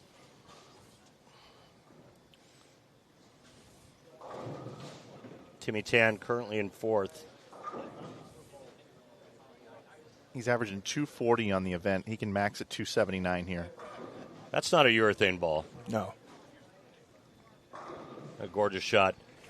And a nice comebacker for E.J. Tackett. 258 still possible for E.J. Timmy Tan in the Gremlin Tour X Now hybrid ball. 248 with 034 and 011 mass bias differential. So it's an asymmetrical ball, which that means it's going to be responsive to the friction and go forward down lane. So it's still going to be controllable on the back end for him. Bill O'Neill, 259 possible. Timmy's going to bowl 740 here, 750, based on what he does in the 10th. Lavery Spar falling farther back. E.J. Tackett. He's into 26, guys. Oh, solid time, Mike. Thanks. Goodness. Look at this. For nothing. That is raw emotion on a player right there. How many effing times am I going to leave that effing 9-pin?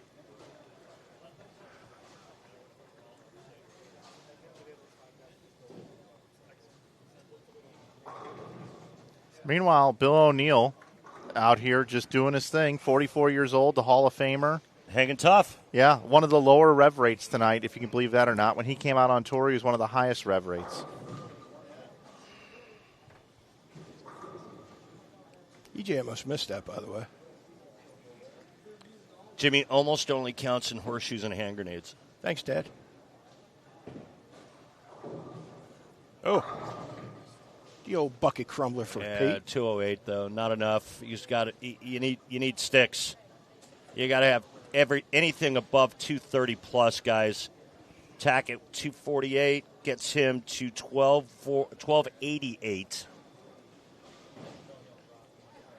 709 for the first three for Tackett. Yep, not bad. O'Neill 259 will get him to 1298.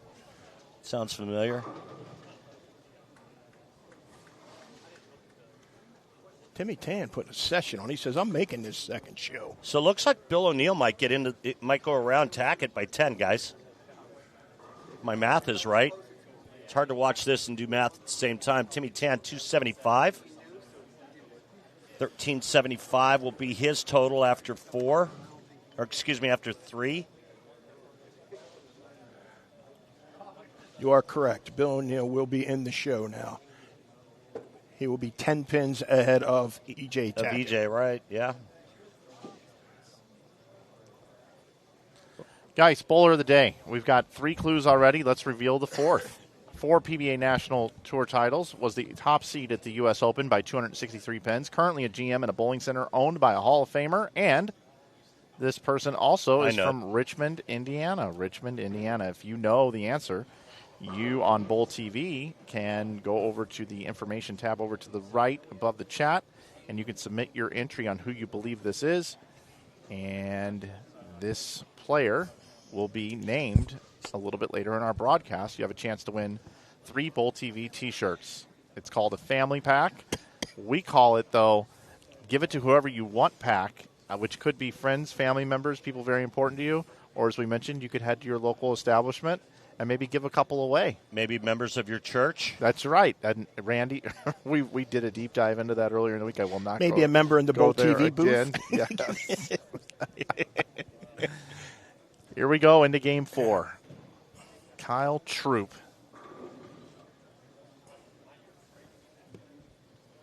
He's pumped after that strike.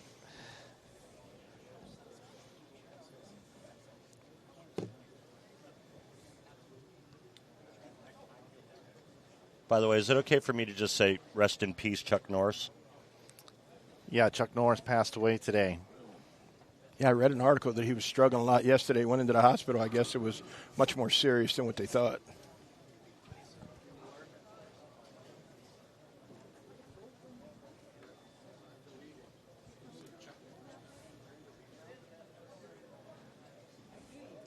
Guys, we are narrowing down the people that have the opportunity to make this TV show.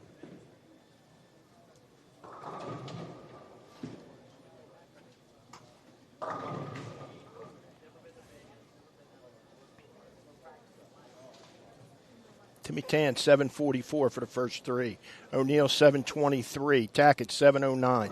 Boog Kroll, 830 for the first 3. 775, Marshall Kent. Ryan Barnes, 726. What do they have in common? Every one of them's up at the top. We talked about it in the open, Mike and I. Will there be separation from those players atop the leaderboard? The answer is yes.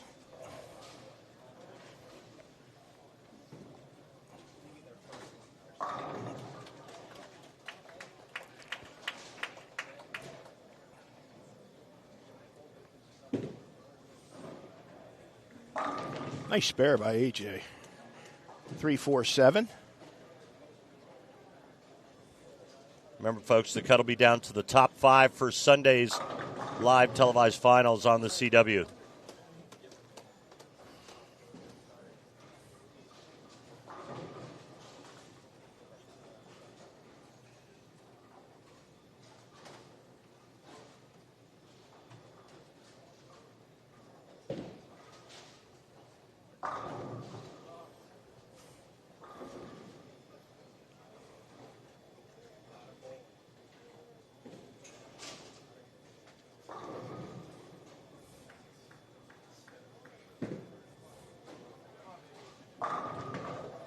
Scores are in. Mike? Marshall Kent leads still at 14.62. Boog Kroll second at 14.38. Ryan Barnes is third at 14.10. Fourth is Timmy Tan at 13.75. And fifth now, Bill O'Neill at 12.98. Just 10 pins back is Tackett. Sean Lavery Spar is now at 12.20, so he's 78 back. 94 back in eighth is Dom Barrett. And then still hanging on, Zach Wilkins in ninth at 11.94 back. He's 104 back with 3 to go. Pate is 10th, Houpe 11th, Doherty 12th, 13th is Larson, 14th A.J. Johnson, 15th Aaron Ong, and 16th Kyle Troop. I'm not sure 100 back with 3 to go is not insurmountable. What do you need, 780 or 800? Or maybe I should say it is insurmountable.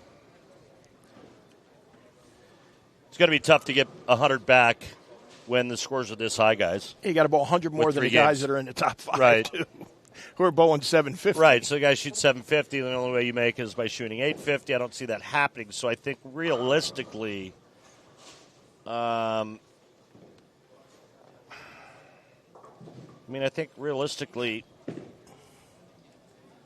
you got 2 players looking to get into the top 5 that are outside the top 5, and that's Tackett and Lavery Spar. I mean, Dom is 94 back. I just don't see that unless something really weird happens with transition after 3 games on this pattern. I just don't see it happening.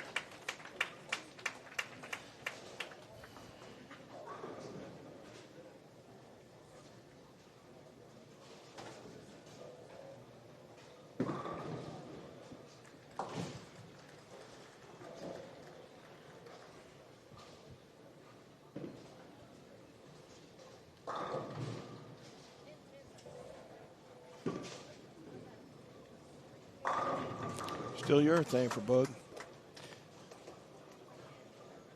Oh. Did you guys see that? Oh, my goodness. Bring that one up, Not only please. did it fall late, it fell forward. It was tired when it fell down, it looked like.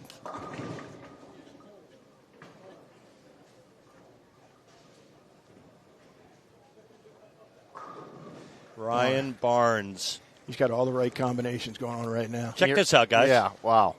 This is funny. Watch the messenger. Okay. Can you call this a messenger? No, I don't. Wait a minute. I mean, I guess you have to, huh? That would be like yellow. That would be a 15-yard penalty for tripping. That was the Pony Express. Took a while to get there. Clipping? Tripping? Chop block? Oh, my. Nice, solid 8. After that great break on the right lane, you get that stuffed right into your lower half. Solid 8 on a strike. I almost said something else, but I segued. Just got a passion for that one pin. This pair seems to be struggling a little bit, and nobody else is. I mean, there's What spare pair? double. This pair 25 and 6? This pair we're on right here. It's If you early. look, not a lot of strikes.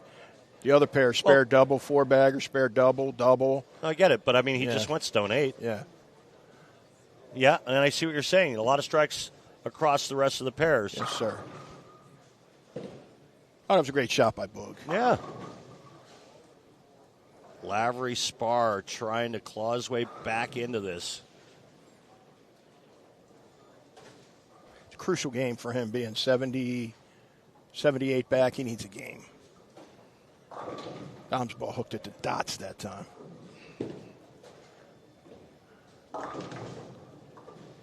Timmy Tan on that pair that you talked about with Boog, right? He's kind of struggling here through the first 3. So remember what happened this morning with Jason Belmonte. What did he shoot his last game? 130 something. Yeah. Anything's possible. I get that.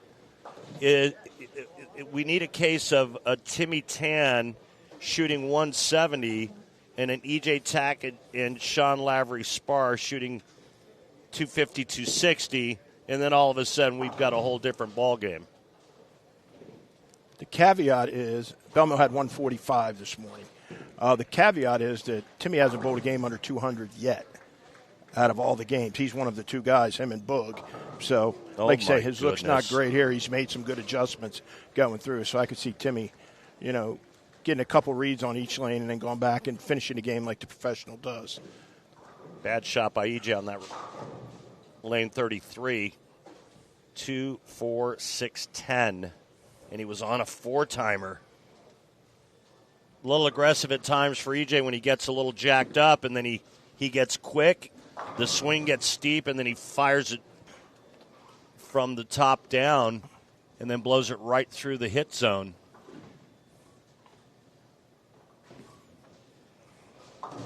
Oh. So not only is it an open frame, he loses count.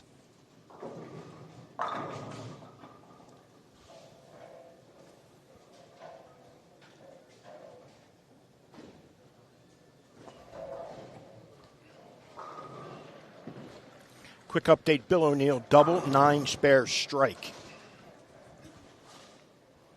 Do we dare say Zach Wilkins isn't done yet? He's got the front 6. I mean, he's got to have just a huge, huge last 3 set. What did he have, 858 the other day for the last 3? He did. He went 270, 270, then switched balls and shot 300. So it's there. It was an 857 set, I believe. If he does that, you never know. Look where Dom moved. He's firing it up 5. By the way, Dom Barrett's jersey tonight resembles the 1990s Jazz Cup design, if you've ever seen that. I know some of you out there will get that.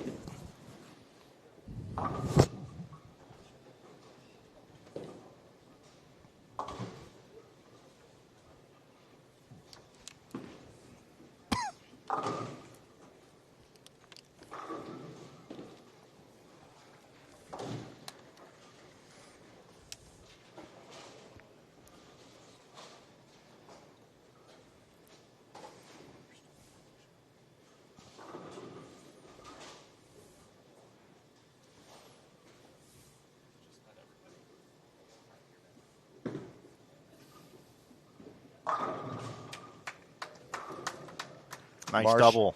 Yeah, he's still in the urethane, guys. Made a little bit of move left. He's getting a little bit Yeah. steeper.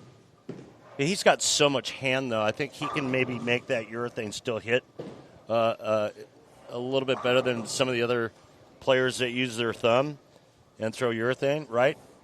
Big high rev rate, so he can maybe stay in it a little longer. There's a lot of rev rate on that pair. Ryan and him. Yeah. That's over 1,000 right there for those two.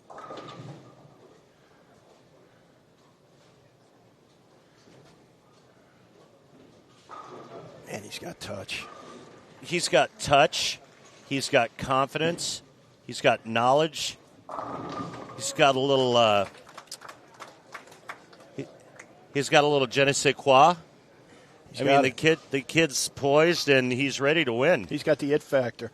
So we have a question we throw out in the room all the time in bowling. Who's the best player on tour that hasn't won a title yet? Is it Ryan Barnes? Yes. Yes, sir. For a long time, it was A.J. Johnson. Then he won in Sweden. It's not Joe Ciccone? On tour. Oh, yeah, it's Ryan Barnes. Timmy Tan with the comeback triple right there.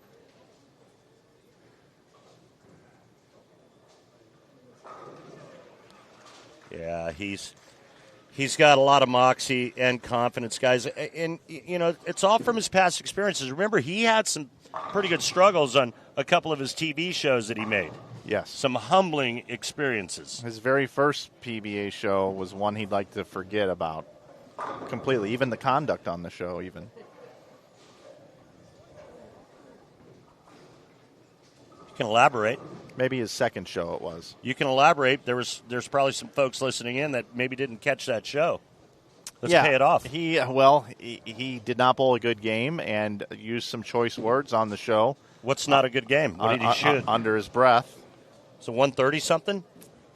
130, 140. I believe it was below 150. I know that for sure. Yeah, 130, 140, I believe. First game he ever bowled on TV, he had the front 8 or 9. That was in Wichita. That was in Wichita. In the players. Yeah.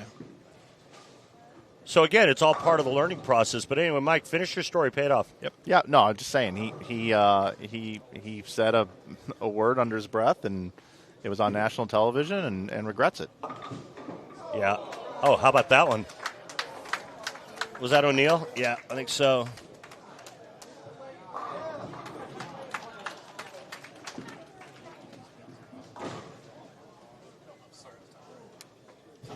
Yeah, what that applause was, guys, Bill O'Neill got a nice break, bounced the 2 out of the back to make the 210. Yeah, that's what I thought I saw. But, you know, I see you're still looking for his score, but it was 130, 140. It doesn't matter.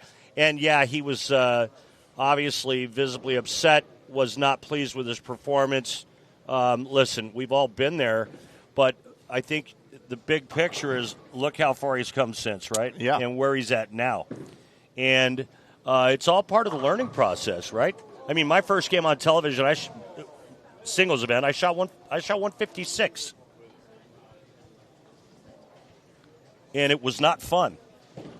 But you know what? I learned from that, applied it to the next time I made a show, and Ryan Barnes is just doing that. He's going through the process.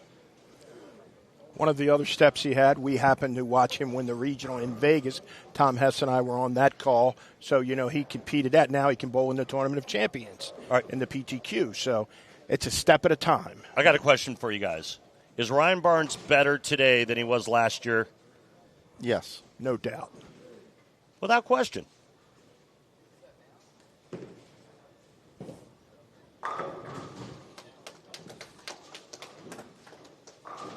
And I got to tell you, I really like his attitude. I think he's a little sassy. He's very intelligent, like his mother. And he's just got a great personality. And, of course, obviously all the tools. We've seen pretty much all of them throughout the couple of days we've covered this event. He's confident but not arrogant, too, which is a big thing. And hey, you can go follow him on YouTube. Barnesy is his YouTube channel. So he's just a player you can root for. How about this comeback by Timmy Tan over there with a 4-bagger? Yep. You know what I mean? We're talking about, hey, they're going to catch up. Bang, all of a sudden he's got a 4-bagger. Where's Timmy Tan from, Jimmy? Malaysia. part of that powerful Malaysian team that won the World Championship team event last year.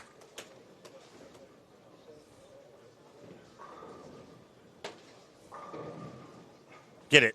Oh, you filthy animal.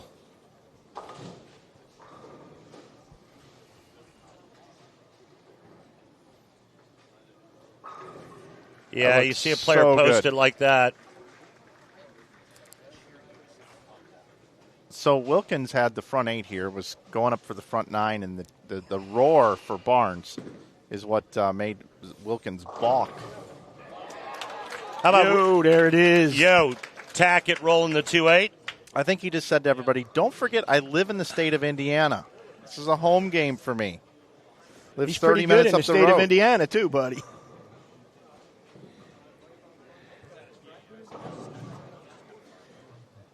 See how deep Zach Wilkins? He was standing next to the bar he turned. Yeah, he got behind it so far Game and had 4. no chance. Game 4, half the field bowling.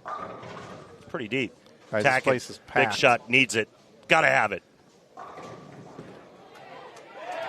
Oh, man, look at the last 2 for Tackett. This crowd is into it.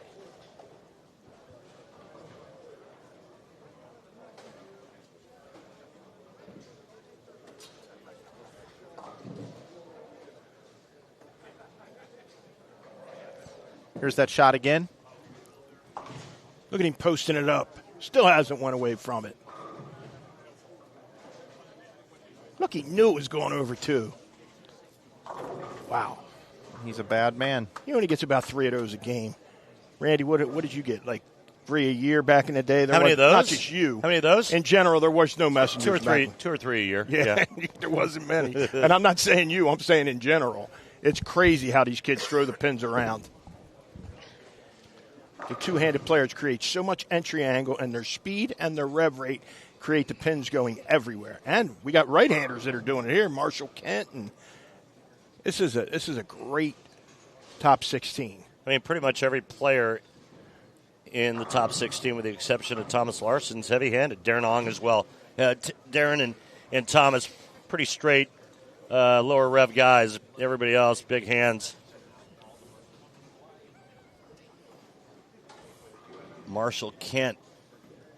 He's starting to creep. You see that? Yeah, and the urethane ball's starting to go away, and I look for him to make a change. I think he's going to shoot this 2-pin, and then he's going to go to a reactive ball and look at it for his fill shot.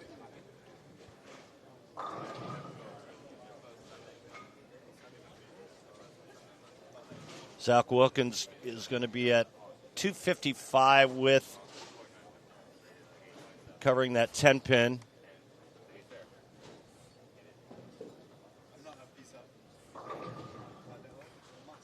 Timmy Tan isn't going anywhere, boys.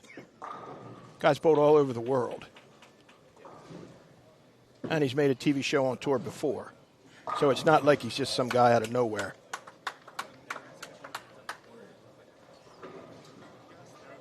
E.J. Tackett can bowl 260. Lavery Spark can have 217. That gap might be get too big. We might be down to just 6 guys after this game.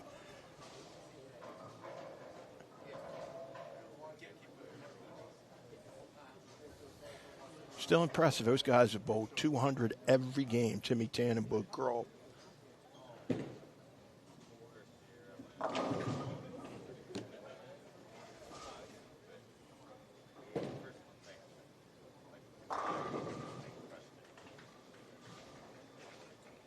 Nice shot there by Timmy Tan.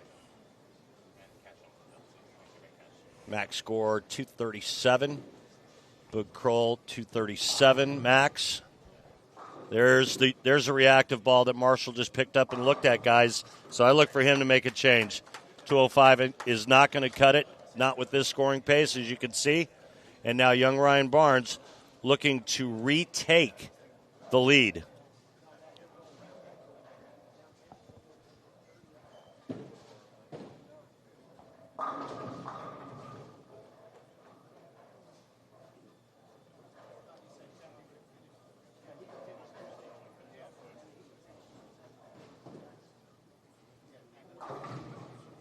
Timmy Tan going to be in the 230s now, and here it is. Randy, take a look right here at Ryan Barnes. He is going to go to the lead here. Back to the lead. No way does that stand. Had a helicopter in front of it. Wow.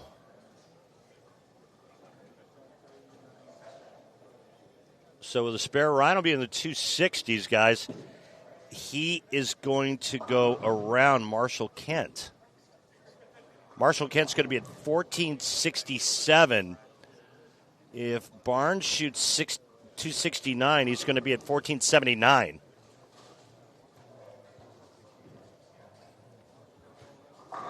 Let's cover. Was that Tackett that just struck?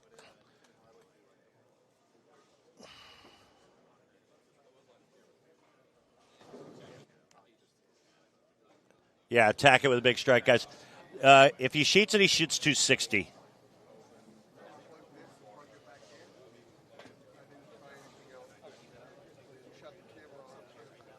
Jimmy, you got a score for O'Neill? And there it is, E.J. Tackett, 260, folks. Trying to get an update on Bill O'Neill because that kind of looks like the battle right now. E.J. Tackett did pick up 30, or just under 30 on Timmy Tan. Bill O'Neill had 217 the fourth game. E.J. Tackett is now in the show.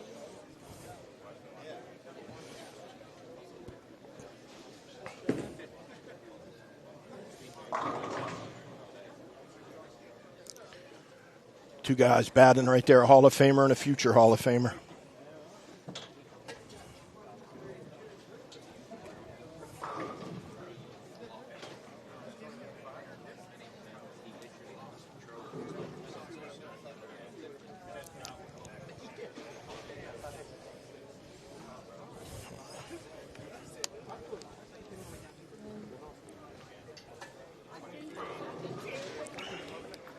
All right, guys, 2 to play. I'd like to welcome in our audience again to the 2026 PBA Indiana Classic here. Elimination round 2, game 4 of 6 is in the books. Game 5 of 6 is where we are now.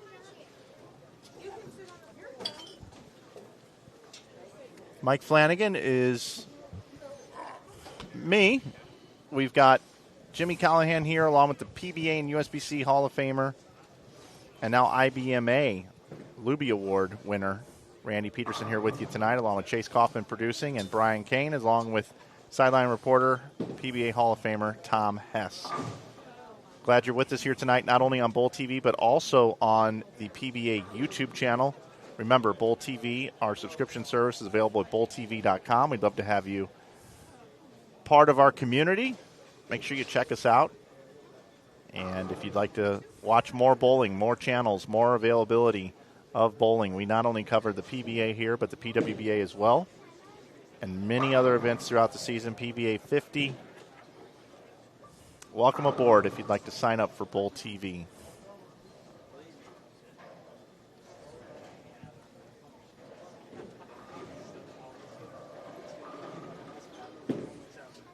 Game 5, we got Sean Lavery Spar and E.J. Tackett over here on 39 and 40.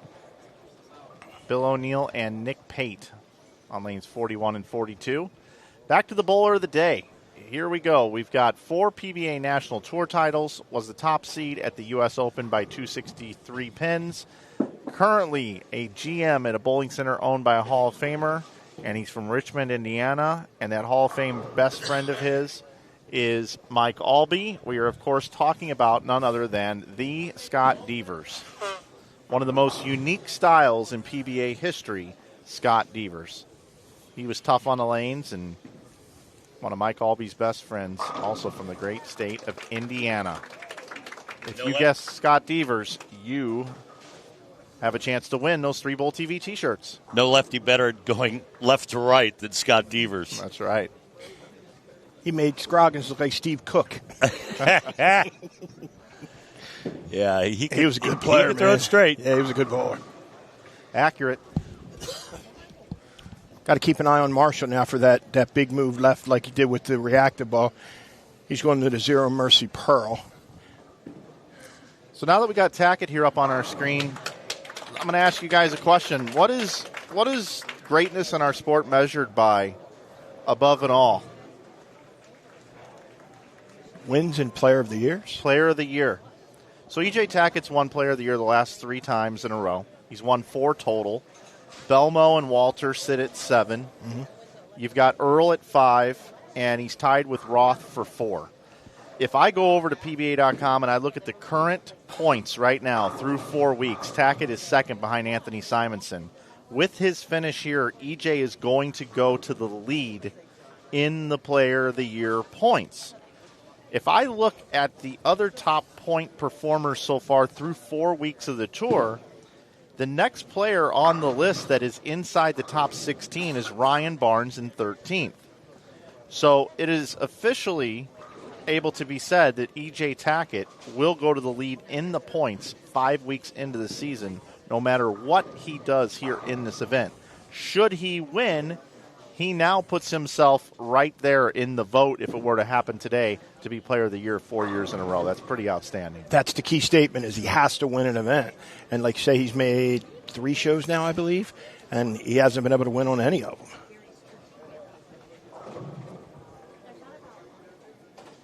And he's done it on a lot of different scoring paces this year. It just goes to show what a complete bowler E.J. Tackett is.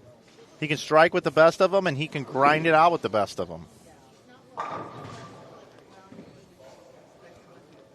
Well, I understand what you guys are saying and talking about with this Player of the Year race, but I think when it's all said and done, young Simonson will have something to say about it. Now, guys, looking at the leaderboard, this is a 2-man race for the 5th and final spot. And that race is between E.J. Tackett and Bill O'Neill. So we look at our updated standings through 34 games. Ryan Barnes, 1479, just 4 pins. Separates first and second with he and Boog Kroll, and lurking just closely behind is Marshall Kinn at 1467. Wow. Timmy Tan is 4th at 1411. Then you got E.J. in 5th at 1348. And as you mentioned, Randy, Bill O'Neill, 33 pins back of E.J. Tackett. Then there is a bit of a gap back to Zach Wilkins and Sean Lavery Spar and Dominic Barrett. Nick Pate is 10th. And you see the other players there, Doherty, Hoope, Larson, A.J. Johnson, Darren Ong, and Kyle Troop, your top 16. How about 4 out of the top 5 averaging in the 240s?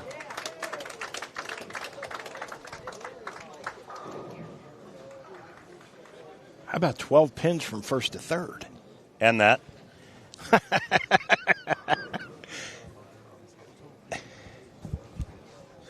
And I'm going to tell you, E.J. bowls a big one here. He's right in it with 1 to go. And we're in game 35.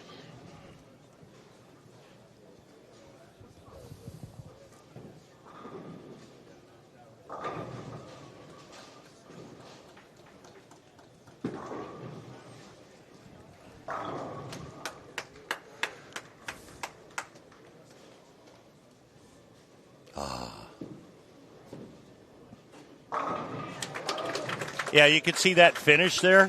When you see EJ finish like that, you know it's going to be really good. One thing you notice, too, he's not super steep. He's kind of keeping it in front of him. You know, I mean, he's not really going around it a whole lot. Look at the next one. I'm telling you, this morning he was going around it much more than he is now. Everybody was. Yeah, true, but I mean, I like his angles. It's a little bit straighter through the front. And I think it is because they used urethane longer today. Correct. Or tonight, Jimmy. Yep. They stayed in the urethane balls longer, drug some more oil down, and now it's created a little bit more hold to where the players don't have to be as steep through the front. Yep. I'll put it to you guys. Can E.J. Tackett and Bill O'Neill both make this show? I don't think so. No, sir. I mean, Timmy Tan's almost 100 ahead of O'Neill. 96 to be exact. It would take an absolute disaster. I just don't see it happening. Now, I was in the men's room earlier after last game, and, you know, sometimes, guys, that's where we get some of our best information. And Bill O'Neill was in there, and he was talking to somebody who was in the stall. I didn't know who he was talking to, and I didn't know if he was on the phone or if he was just talking to himself. It ends up that it was Mike Wolf, his tour rep, PBA champion Mike Wolf, and Billy was actually talking about going into this game just having to get his hand into it more. Now, of course, I wasn't interrupting that conversation. I wasn't going to say, hey, Bill, who are you talking to? Hey, Bill, are you okay? I just let him go. Next thing you know, I'm washing my hands. Here comes Mike Wolf. And I go, thank God. Tour rep's duty is never done. Jimmy, be careful. You choose your words wisely. Choose your words wisely, Jimmy. This is the second bathroom story we've had this week. Glad I'm not the only one.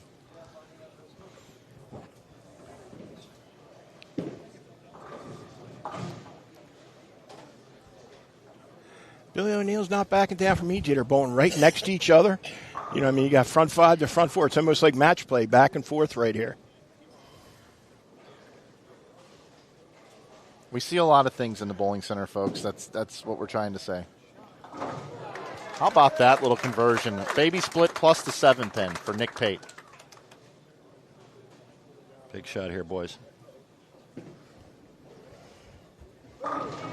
He is whipping it down the lane. Yeah, he's really in his comfort zone, and he's in pure stroke right now. As you said last week, how much money has he made in that spot right there? Yeah, absolutely. But, again,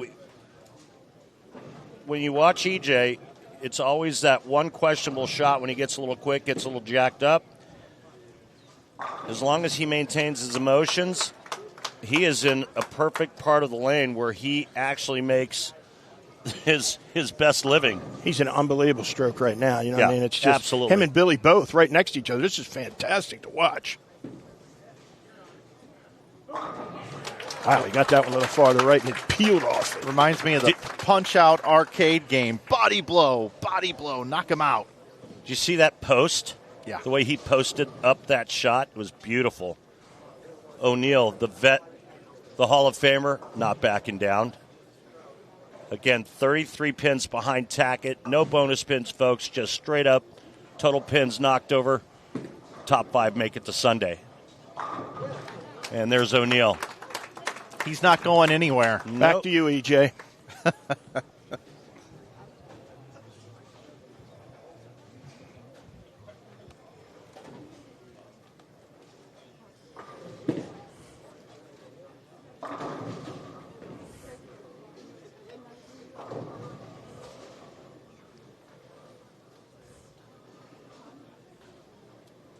Marshall Kent, front 5 again.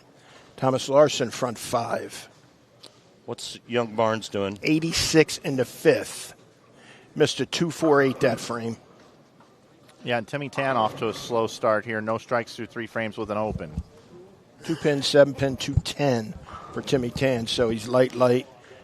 He's light a couple times, so he's going to have to make an adjustment. And he's behind it for the 7-pin as well. So that pair must be a bit tighter.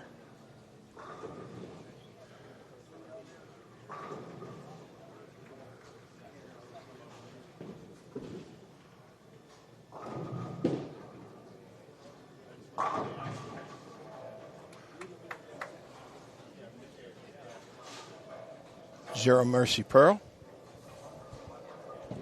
Marshall's right there in that dogfight with Kroll and Barnes for the 1 through 3 seedings. Mm-hmm. Right now he's 3rd, but again only 12 out of the lead behind Barnes, and Kroll is sandwiched between the 2. Oh.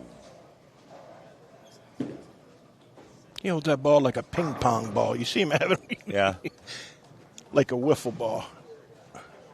Kroll with an open early. Timmy Tan with an open in the 2nd. Oh, EJ 4-pin. Just read it just a little early there. Yeah, just a little check. O'Neill. Now he can taste it here. He just saw that happen. Yep. Can get closer to Tackett. That's his goal.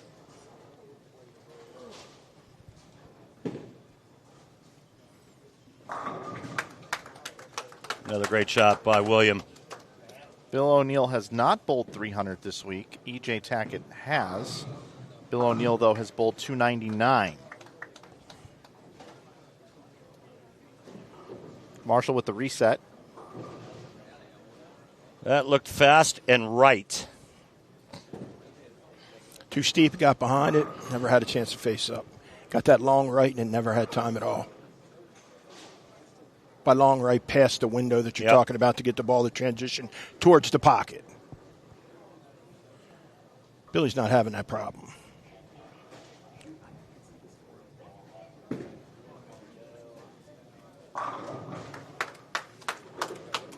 Seemed like he didn't like that one.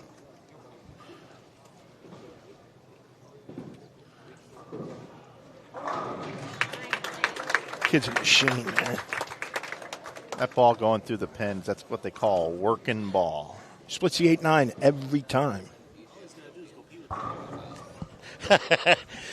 PBA champion tour rep Mike Wolf just walked over to me and the guys in the booth and said, all Bill has to do is go to the bathroom with me. We'll leave that for like another show. Yeah, we will. Maybe something that we could start on YouTube. Yeah, bathroom diaries. We've had 2 editions so far this week. Maybe get Dude Wipes to come on board and sponsor it. Perfect. Thomas Larson has the front 7 this game as well, guys. Well, that's nice, Jimmy. Unfortunately, he's in 13th. But I understand. But maybe we don't black cloud him and we don't say maybe he can shoot 300. Oops, too late. We'll never go over to him. Never mind. Then we have a chance. Well, the dream team, Hess and Flanagan, earlier this week, we were 9 for 9 before you two guys showed up. Just throwing it out there. We're 4 for 44.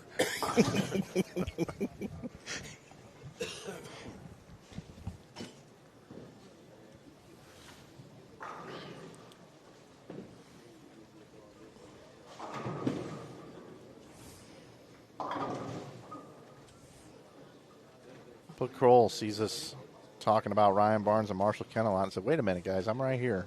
Just a quick heads up. Boog had 1067 for the first 4. That's pretty good. Yep.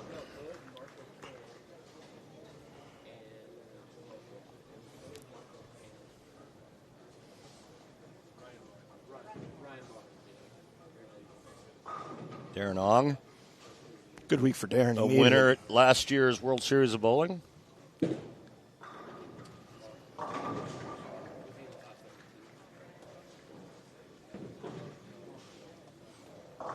Yeah, that was slow and around it. By that I mean he rotated his shoulder around it. Thumb went to the left. That means the ball is going to go to the left. Ryan Barnes backed his ball speed down a little bit and covering a little more ground. EJ Tackett now possible 279. What a brawl we have on here. Oh, boy. That scooted down the lane another 2 feet longer than he wanted it to. Just missed it a little bit at the bottom, I think. Shot before he 4-pinned, so we don't really know what he did. He could have adjusted. Your mind tells you, hey, the last one I grabbed a little bit, be a little nicer to it. Maybe missed it a little bit, and it's behind it for a 2-pin. That's it. That's how close of an edge these guys walk all the time. Oh, nice break there. Trips the 3-6 out late for Marshall Kent, and now O'Neill. Front 9. Pretty good cover there. So we have the front 9 on 2 pairs. We're going to go watch another pair and let them 2 finish and then come back. I mean, this is the one that really matters. This matters a lot. I'm just being sarcastic, but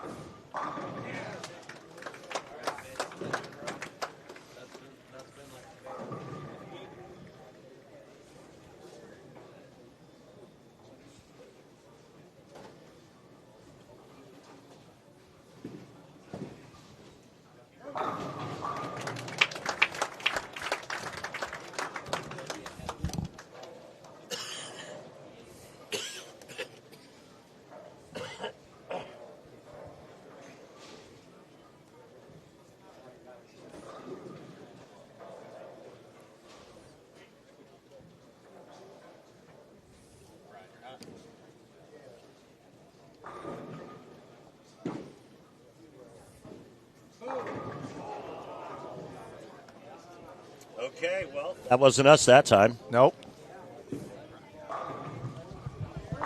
still a great game. Hey, guys, here's the thing, though. Bill O'Neill is currently 33 behind Tackett. Tackett can shoot 259. O'Neal is going to shoot 289, which means 30. Which means if Tackett strikes out, he will only have a 3-pin lead over Bill O'Neal heading into the sixth and final game. Yes. And Timmy Tan can max at 234.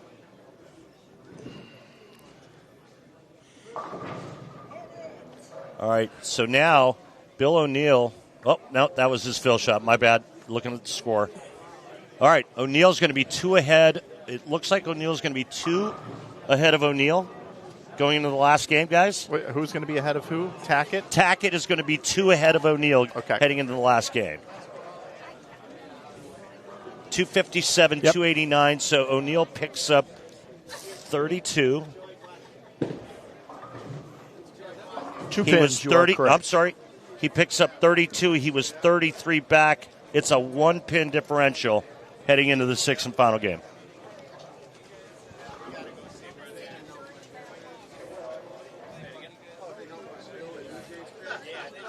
Look at that pair right Can we there. have the 31 and 2, Chase?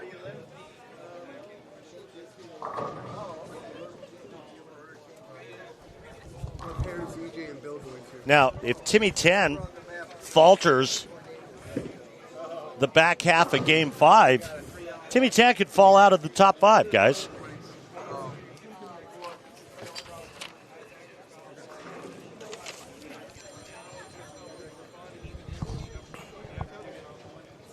Boog Kroll currently at 205.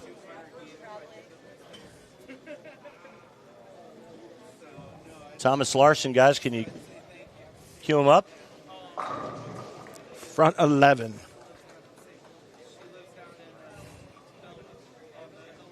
Run, BK, run.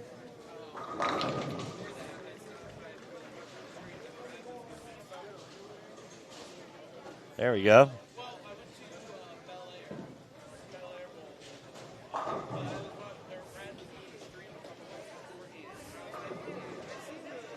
The streak is over. That's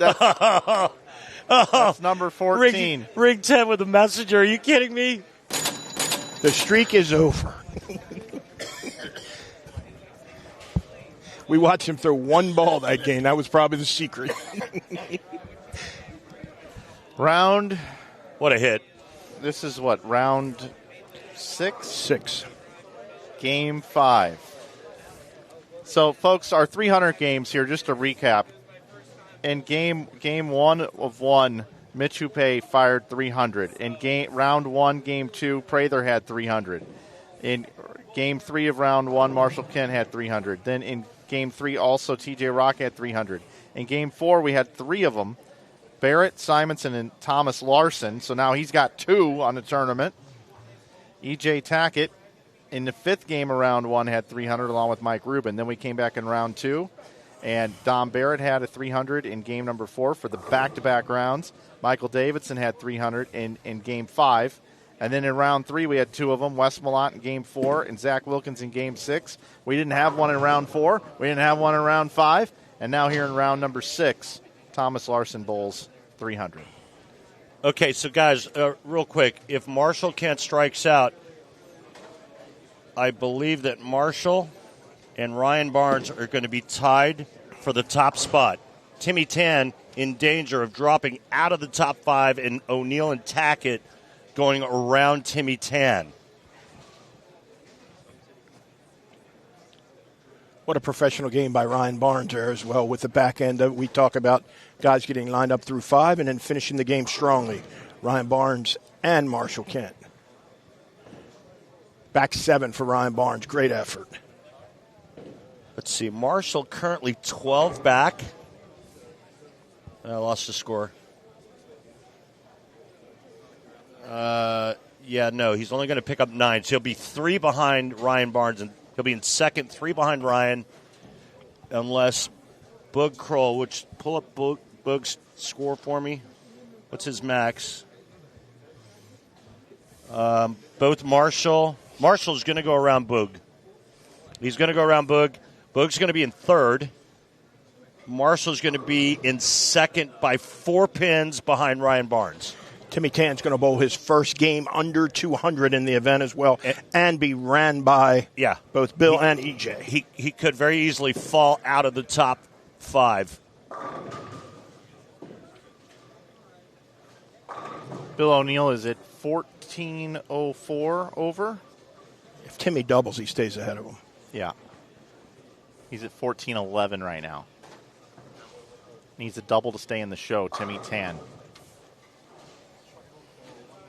What a roller coaster.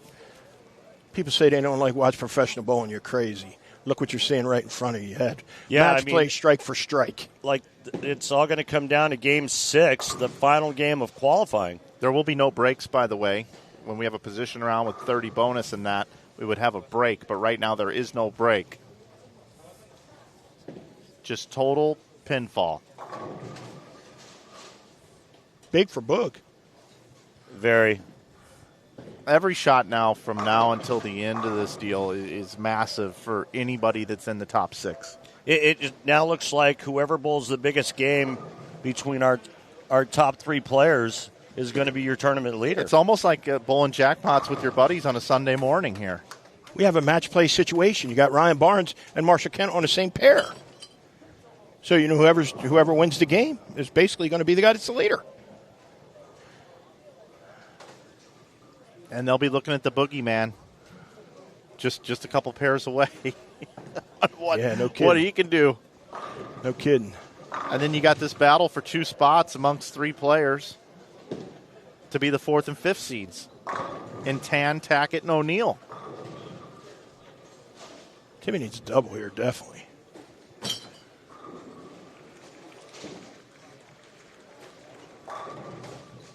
That's pretty good.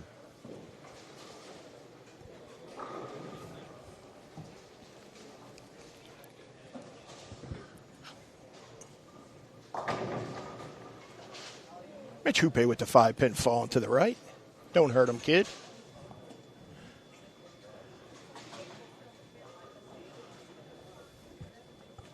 Three players battling for the number 1 seed. 3 players battling for 2 spots on the show.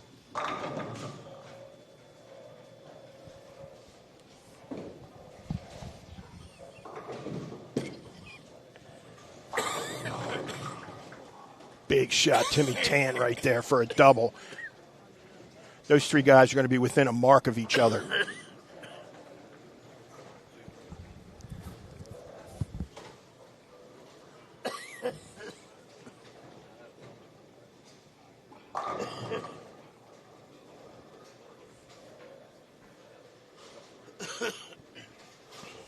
This is all you can ask for at a tournament, guys. Going down to the last game, and more than likely the last frame.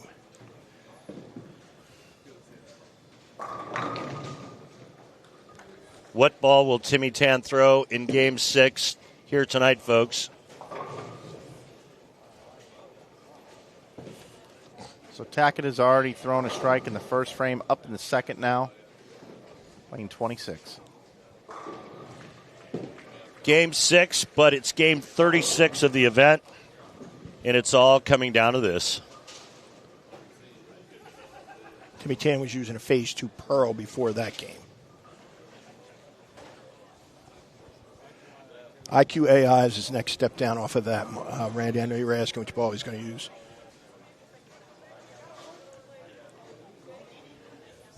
This is like another day at the office for EJ. He's in this every week.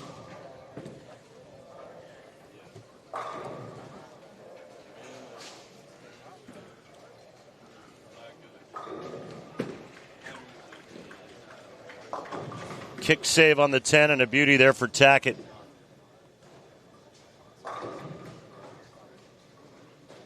Folks, this week we've had our Bowler of the Day contest.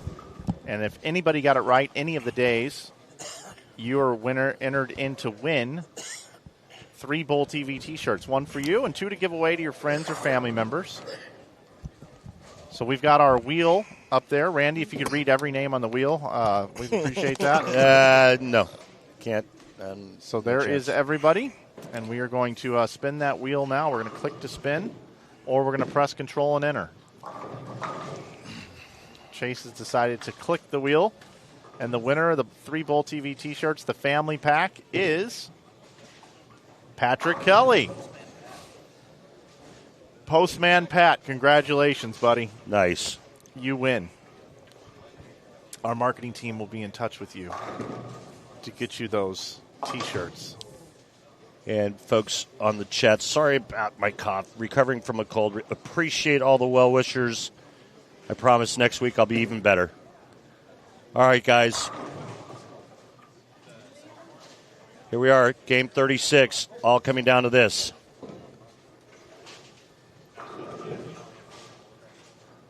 It's been a hell of a fight to this point.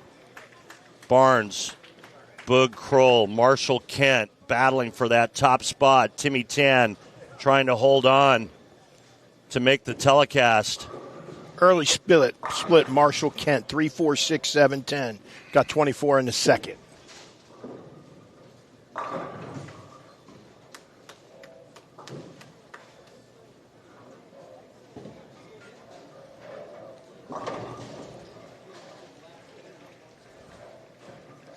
Look at this, all 3 guys right next to each other.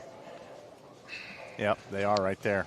And there's the updated leaderboard. We'll put that up as soon as we can for you folks, and you get a really good idea of where we're at.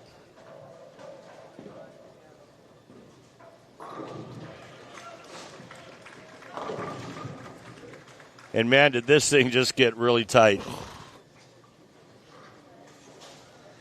Yeah, we got 2 storylines here. We'll start with the first one. First, second, and third. Ryan Barnes leads at 15-15. Marshall Kent second at 15-11. And then Boog Kroll third at 14.98. Ooh, solid 8. Wow. And all 3 of them are right here in front of us. So that's for your 1, 2, 3 seeds on the show.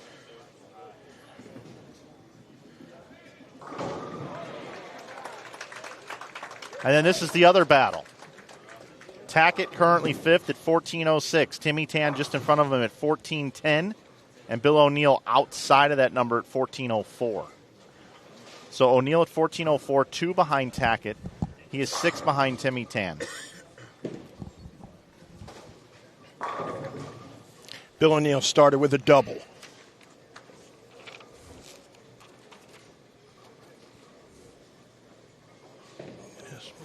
Well, one guy's not going to make it out of those 6. Correct. Who's going to be left out? 6 players, 5 spots, and 2 pins separating 6th to 5th, and only 6 pins from 6th to 4th.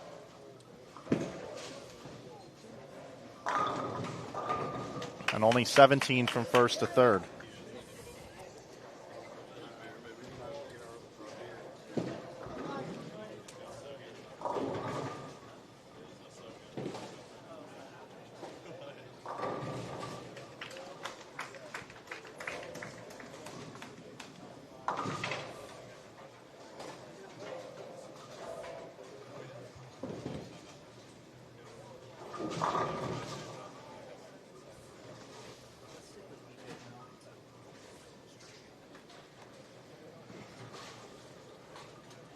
Bill O'Neill, front 3.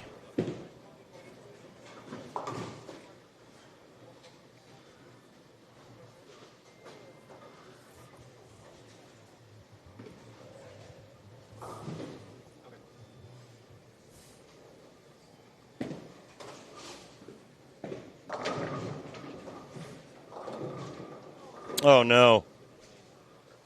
2-8-10 massive for Bill O'Neill. He's got to shoot it. EJ's not going to give him anything.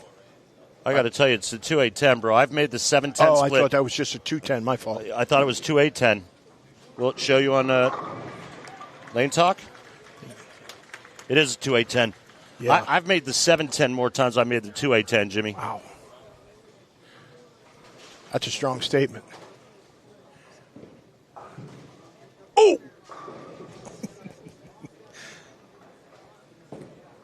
All right, so we know what Tackett's doing. What's Timmy Tan doing? Timmy Tan, strike spare. He'll be the last to be complete.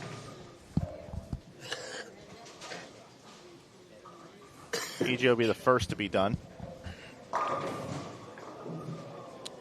That looks slow. Yeah, that was slowing around. Didn't get right at all.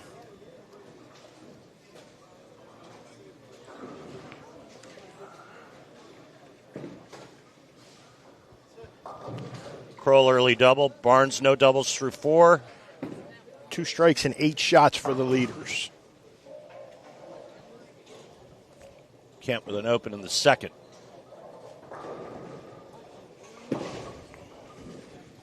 Hey, right now, Bud Kroll Wow. looking to steal this number 1 seed. What a count loss there. 5-1. Wow. Whew, that was a lot of wood loss right there. EJ hit the glue in the front part of the lane. Ball never got to the right to hit the right side of the 3-pin. Throwing reactive, if you go too much up the lane, it just sparks. Yep. That's what happened. Never got away from it at all. Surprised he didn't use something that goes straight or urethane or plastic. Like that. Shooter. Ah.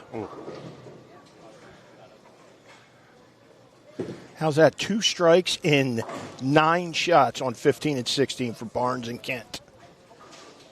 Bud Kroll is looming.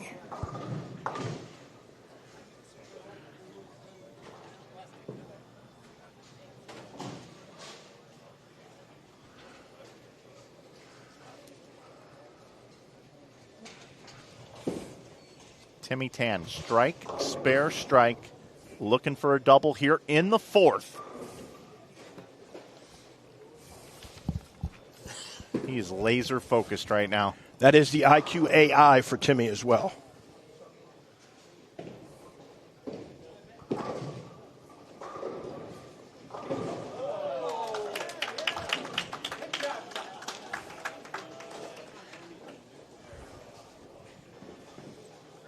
How's that? 2 strikes in 10 on 15 and 16. This 8 is straight massive shots. right here for Bud Kroll, especially looking at what's happening on the pair to the left of him. Yep. This is a chance for a triple. Wow. And Urethane right up the gut. Yeah. While Here's everybody, O'Neal. Beauty. And while everyone's using reactive resin from in, Bud Kroll piping the urethane from out. Right up the gut. The way guys played it on the fresh. Yep. Bud Kroll needs to beat Ryan Barnes by 18 pins to be the number 1 seed, but he also has to beat Marshall Kent by 14 pins to be the number 1 seed. He's doing that as we speak.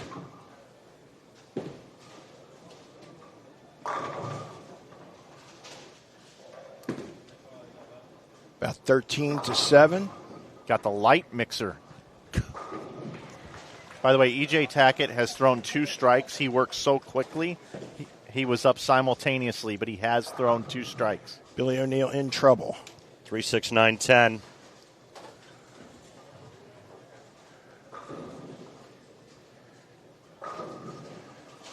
Billy's got the bad. When you get 2-8-10, you go 3-6-9-10. That's when you're not liking that. There's got to be something. There's got to be a big move off of that, or something that's quicker. We just talked about Bud Kroll with a big triple. This would be big for Timmy Tan right here. Coming off the bad game number 5. Beautiful. It was. Got to tell you.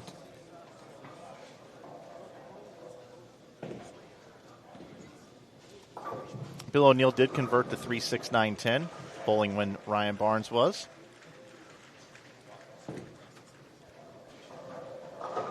Ryan's got a 4-pin advantage over Marshall Kent for the 2 seed if Bud goes around him. It's sad that people don't see what goes into making the TV show on Sunday when how great it is right in front of you. Well, people are watching tonight. Yep.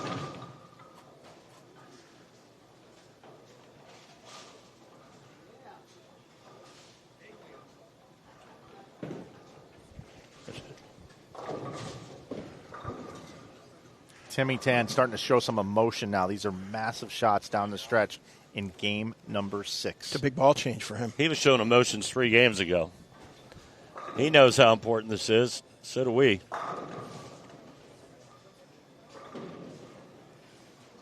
Messenger in front for Barnes. If you're Boog Kroll, Randy, do you like to be able to have those two guys right next to you? Can you see what's going on? I'm sorry, one more time? If you're Boog Kroll, do you like to have those guys right next to you so you can see what's going on? You absolutely do. You want them right next to you because not only do you want to see what they're doing, you want them to see what you're doing. Oh, man. Got a handful, comes in light and mixes them up. He's getting all the breaks right now. I think he got away with one there, guys. He was up on his toes a little bit there, a little fast, and it still went through the pins. But you know what? That's okay.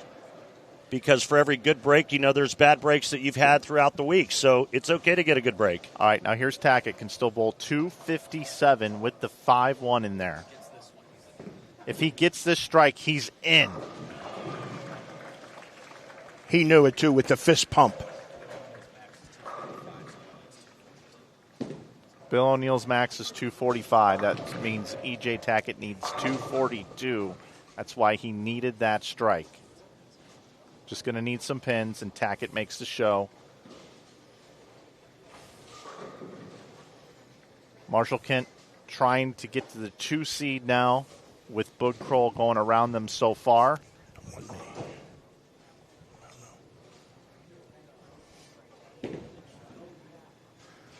Little in and not as far right. Ooh, laid like a rug. Wow. EJ is on the show. EJ Tackett locks up his punches his ticket to Sunday's matinee.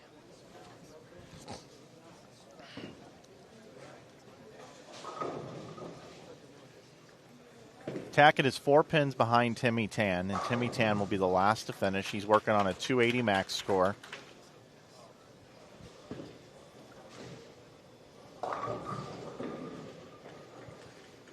Marshall making a comeback here with a late 3-bagger. But it's all Boog Kroll, folks. Yeah, and if Timmy Tan keeps striking, Bill O'Neill will be pushed or stay out of the top 5. So these next couple shots for Timmy are huge as far as Bill O'Neill's chances to make the show. And he's throwing it so good on this pair. Great ball change.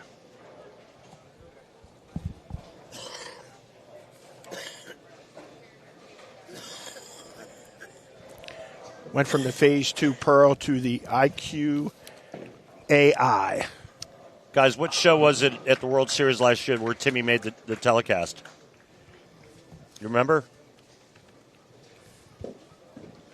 I don't remember.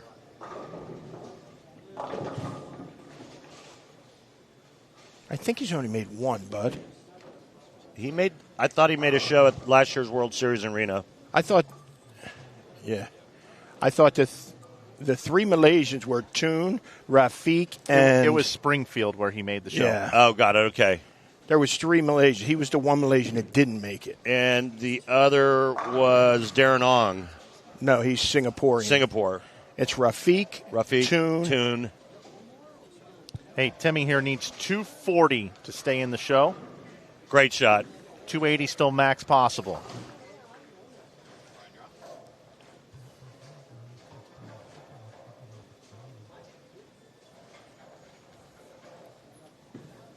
Ryan Barnes at 15-15 in this low game that he's bowling. There's enough wood for Timmy Tan to get around Ryan. Can you believe that? Unbelievable. Right now it looks like it's going to be Kroll, Kent, and could quite possibly be Timmy Tan in the 3rd hole, but Timmy Tan would have to sheet it. This guy's going to be your tournament leader, guys. Sure is.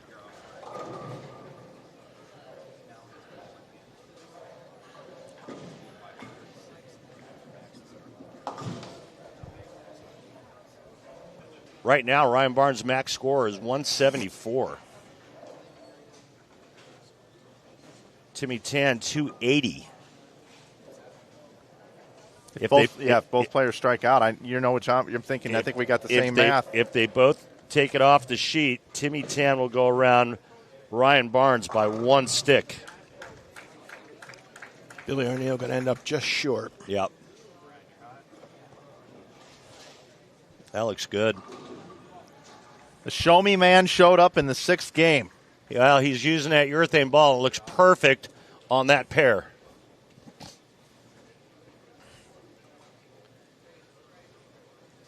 Boog Kroll, Marshall Kent, and now will it be Timmy Tan or Ryan Barnes in the third spot?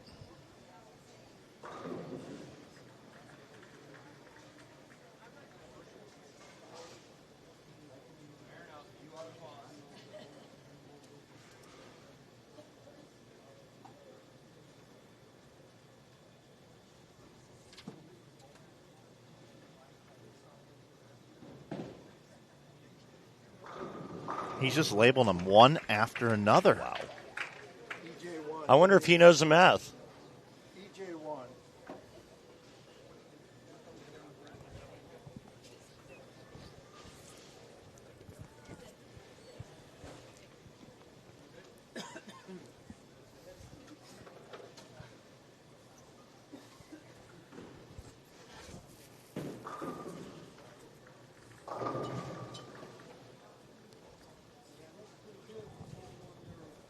Marshall Kent strikes again. He is your 2 seed. Bowled a pretty nice back half of this game here. He did. Ryan Barnes unable to figure out that pair, but Marshall Kent did, and that's going to be the difference between him falling backwards and grabbing that number 2 seed.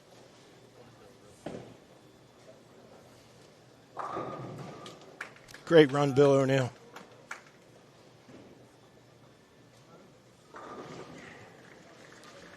How about this performance, guys? Just lacing them. That's a ball change, too. Yeah. Timmy Tan. That's a good pair. Look at the scores. Those two pushed each other all night. One guy using urethane, one guy using reactive. Playing 2 completely different lines. Nice shot, Marshall Kent. Great finish for Marsh. We talked about cross making a difference. It's definitely making a difference for Timmy and Boog tonight because they're pushing each other through the whole round.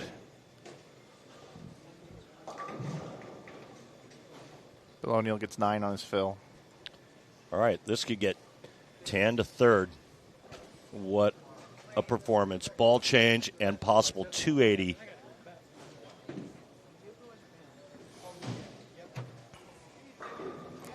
Wow. The Malaysian magician just absolutely put it to it.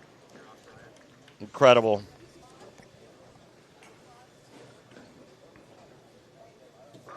So again, Ryan Barnes can bowl 174, which would drop him back 24 pins.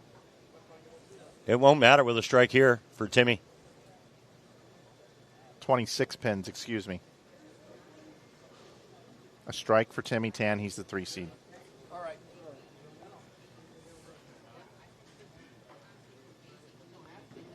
Do it. Get up. Oh! We have the possibility of a tie for third and fourth, guys, which means we go to a roll-off. Yes.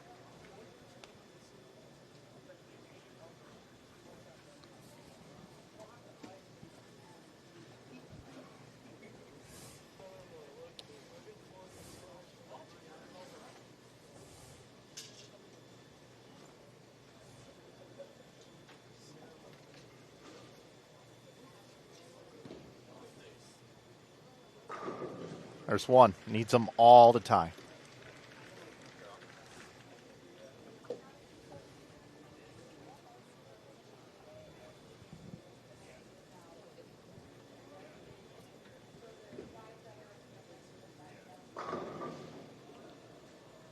What a performance by Boog.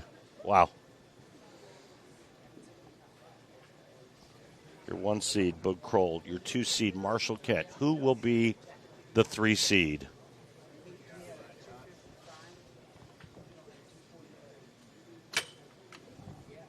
What we got going on here?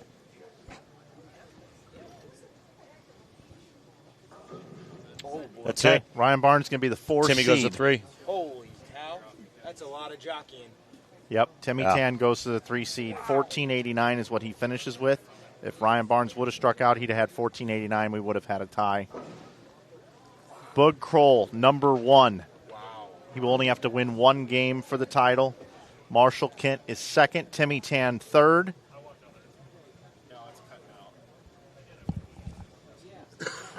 Ryan Barnes fourth and E.J. Tackett fifth.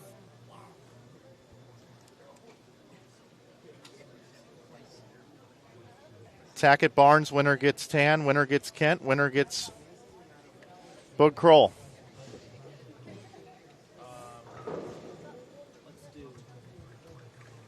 Let's do 32 to Timmy, 279. Holy cow. That's crazy. Wow. Go 24, 25. All the people are there. Yeah.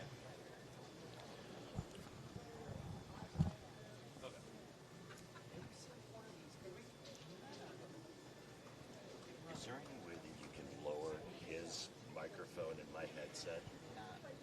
No? Okay. He's just super loud in my headset. Well, guys, we're waiting for the player introductions here. That was what I thought possibly when I came to this event and drove in with this players format with no bonus pins, no head-to-head match play. How exciting is it going to be down the stretch? And this players format, this particular time, played out to be one of the most exciting finishes we've seen with this format. Without question. I mean, it came down to the last game of this event. And not just to see who would be leading, but who would make it. And we saw some incredible stuff happen late. Guys making rallies to get there. Player in O'Neill falling just short. So we had a bit of everything. I think those first two games, this morning and tonight for Boog Kroll, and the 8:30 that he bowled, he had 5:40 this morning and 8:30 for the first three tonight. That was the catalyst to get him to have an opportunity at least to get the lead. And you know what? He stepped up and took advantage of that. Back to that urethane ball in Game 6, moved right, piped it again. It worked perfectly on that pair.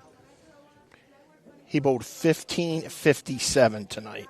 Let's not forget the ball change that Timmy Tan made there in Game 6. Huge. To shoot 279. To go from possibly not making it to third. Yep, huge.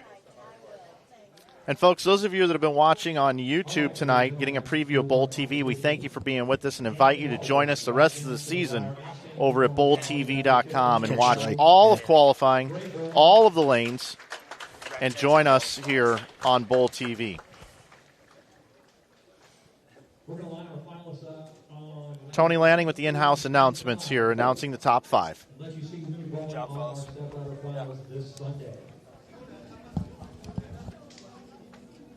In the number 5 position, he is a 27-time PBA Tour champion with 7 majors, 4-time and 3-time defending PBA Player of the Year. He won his second U.S. Open in 2025. He successfully defended the Shark Championship and the World Championship title for his 7th major from Bluffton, Indiana. Please welcome E.J. Tackett.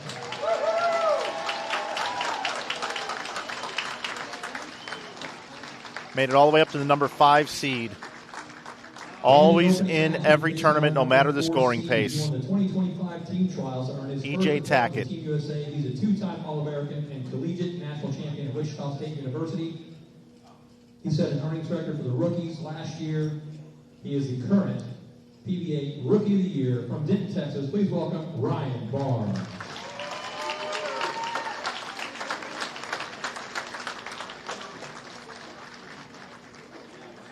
Winner of that first match will go on to face our number 3 seed. He's a 3-time gold medalist at the Asian Championships, 2019 and 2020 Asian Player of the Year, a member of the 2025 World Cup Championship team, and he finished 4th at the 2025 Pete Weber Missouri Classic. Representing Malaysia, please welcome Mr. Timmy Tan. Well, if you didn't know who Timmy Tan was after a couple of telecasts, and if you watch tonight, you know who he is now. He showed up in a big way down the stretch, and he's going to have a chance for a title come Sunday. Facing the number 2 seed. He's a 7-time champion on the PBA Tour with 1 major. Have to win 2 matches. He's a former Rookie of the Year. 2024, he won the Illinois Classic and then earned his first major, taking on the 2024 PBA Tournament of Champions from Yakima, Washington, Marshall Kent. Marshall will have to win 2. Timmy will have to win 3. And the players in the first match will have to win 4 matches.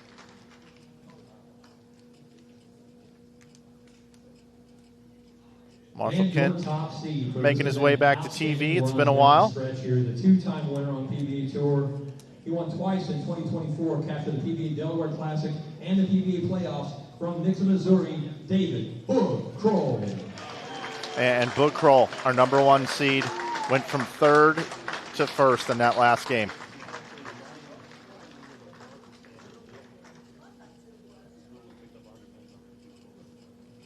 We got 2 two-handers and 3 players that put their thumb in the ball. There's Boog standing up on top of the cap. He's a little shorter than the rest of the crew there. One motive, 2 SPI, and 2 B7s. There's some power in that lineup, guys. We had a great group of volunteers. Thank you very much. Of course, thanks to the players for outstanding competition to watch. And then finally, thank you to the fans coming out and supporting these bowlers.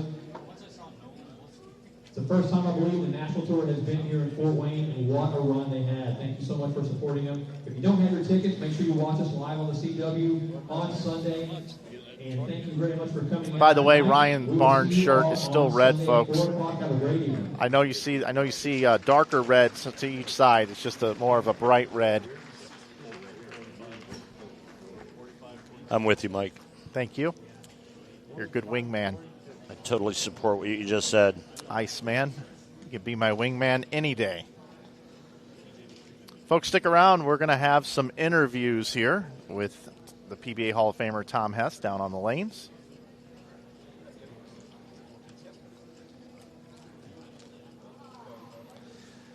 All right, first interview up, our top seed, Boog Kroll from Missouri, the show me man. Tom is standing by with him. Boog, what an incredible performance tonight and earlier today. The only bowler to bowl 300 over earlier today. You're the number 1 seed going for your 3rd title. Tell me how you feel right now, bud. It's incredible. Seeing a score so high, just wanted to keep cuts here and there. And after the first couple weeks, it was kind of rough with the players and the first couple events, like being in the 80th. It's nice to have a good comeback the last couple weeks and just continue to strike. It feels good to see some X's on the board instead of being at the very bottom.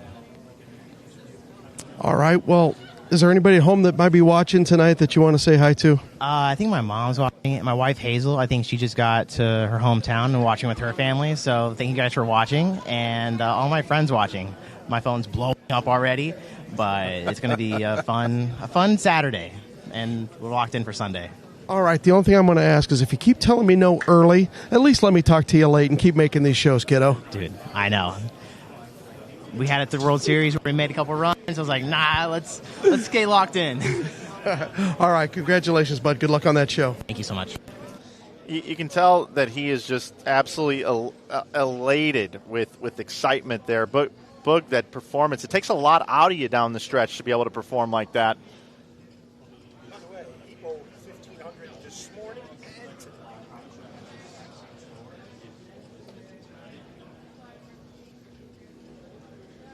And now we got Tom Hess down on the lanes with our number 2 seed. We're going right in order here. Marshall Kent. It's good to have Marshall back. Tom?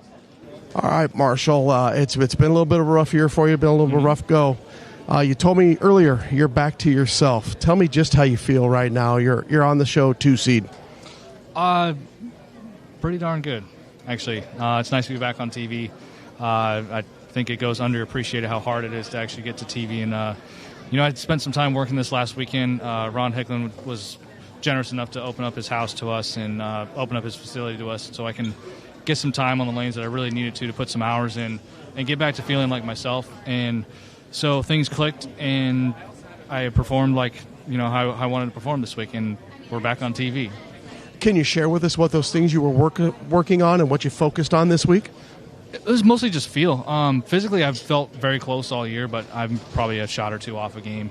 And, my body feels great. I've been in the gym a lot. But I think having that time just to feel out where I could make up that 1 or 2 shots a game, it was just about repetition is all. And then mentally, that gave me confidence going in this week. So, weeks past, I'd get frustrated pretty quick because I wasn't too confident in how I was throwing it. And then this week, I shook it out pretty quickly because I knew the next shot was going to be great. And that's what it takes to compete out here. So it was nice to get that time in and get that feedback and be able to make good use of it. All right. Well, it shows that hard work pays off. Congratulations, Marshall. Good luck on the show on Sunday. Thank you, Tom. Appreciate you. And we mentioned it earlier in the week. What a nice haircut for Marshall Kent this week. That is some due.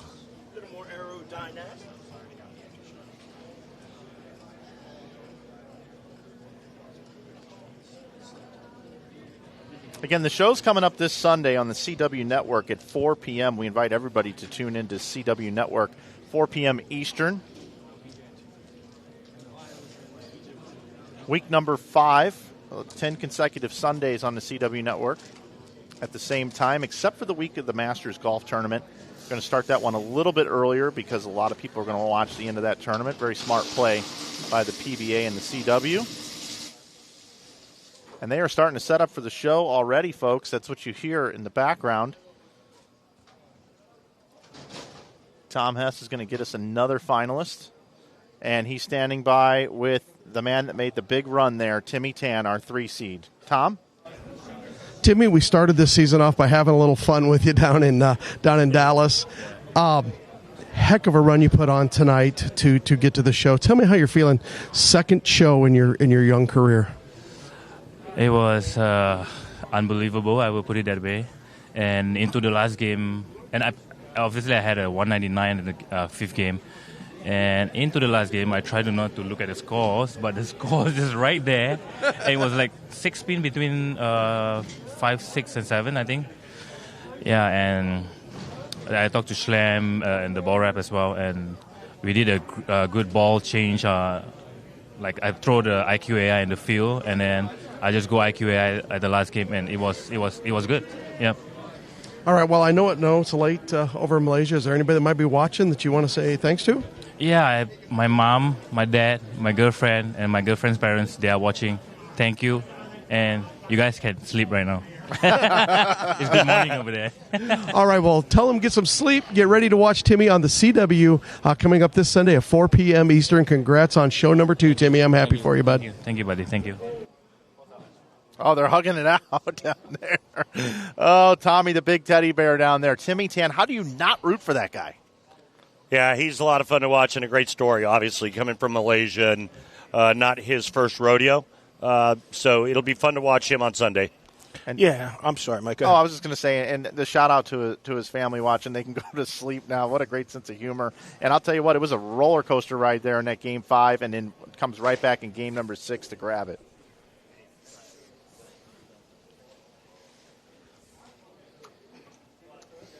All right, guys, that's going to do it for our coverage here this evening. Timmy Tan coming by the booth. Great job, man. Great performance. Congrats, when Timmy. the guys come by the booth. Jimmy, final thoughts here on the Indiana Classic before we hand it off to the CW Network. Wow, we've had 3 different formats the last 3 weeks, and every one of them has been an incredible finish. I loved every second of it. The scores were high, but you know what? This format, it came down to the last frame like we thought. It was incredible. I loved every second of it. Randy, 3rd week with us here on BowlTV. It's great to be working with you. Yeah, and likewise. I mean, guys, you got a couple of players that are looking to win for the first time on Sunday. You've got the number 1 player in the world making another appearance. It's going to be a great telecast. Yeah, it really is. And we appreciate everybody tuning in tonight here on BowlTV and also on the PBA YouTube channel. It's great action all the time over here on BowlTV, so we do would appreciate you considering subscribing to BowlTV and joining us throughout the entire week and not just here on this Friday night. So that's going to do it for our entire team. I want to thank BK for being down there, Brian Kane, the mayor, handling everything down in the trenches, getting all those shots for you guys. We also want to thank Tom Hess, the PBA Hall of Famer, for going around and getting all those great interviews and giving us all that insight from down in the settee area, and also to Chase Kaufman, our producer here. So for Jimmy Callahan and for the PBA and USBC Hall of Famer Randy Peterson, my name is Mike Flanagan. You've been watching the 2026 PBA Indiana Classic here exclusively on BowlTV, where bowling lives here. But we also want to thank our BPAA partners and their board, the USBC and their board, the Professional Bowlers Association, all the great competition out on the lanes in our BowlTV community. So that's it, everybody. Tune into the broadcast coming up on Sunday. And we will see you right here on BowlTV next week for the USBC Masters, our next event here on BowlTV. We will see you next week. Take care, everybody.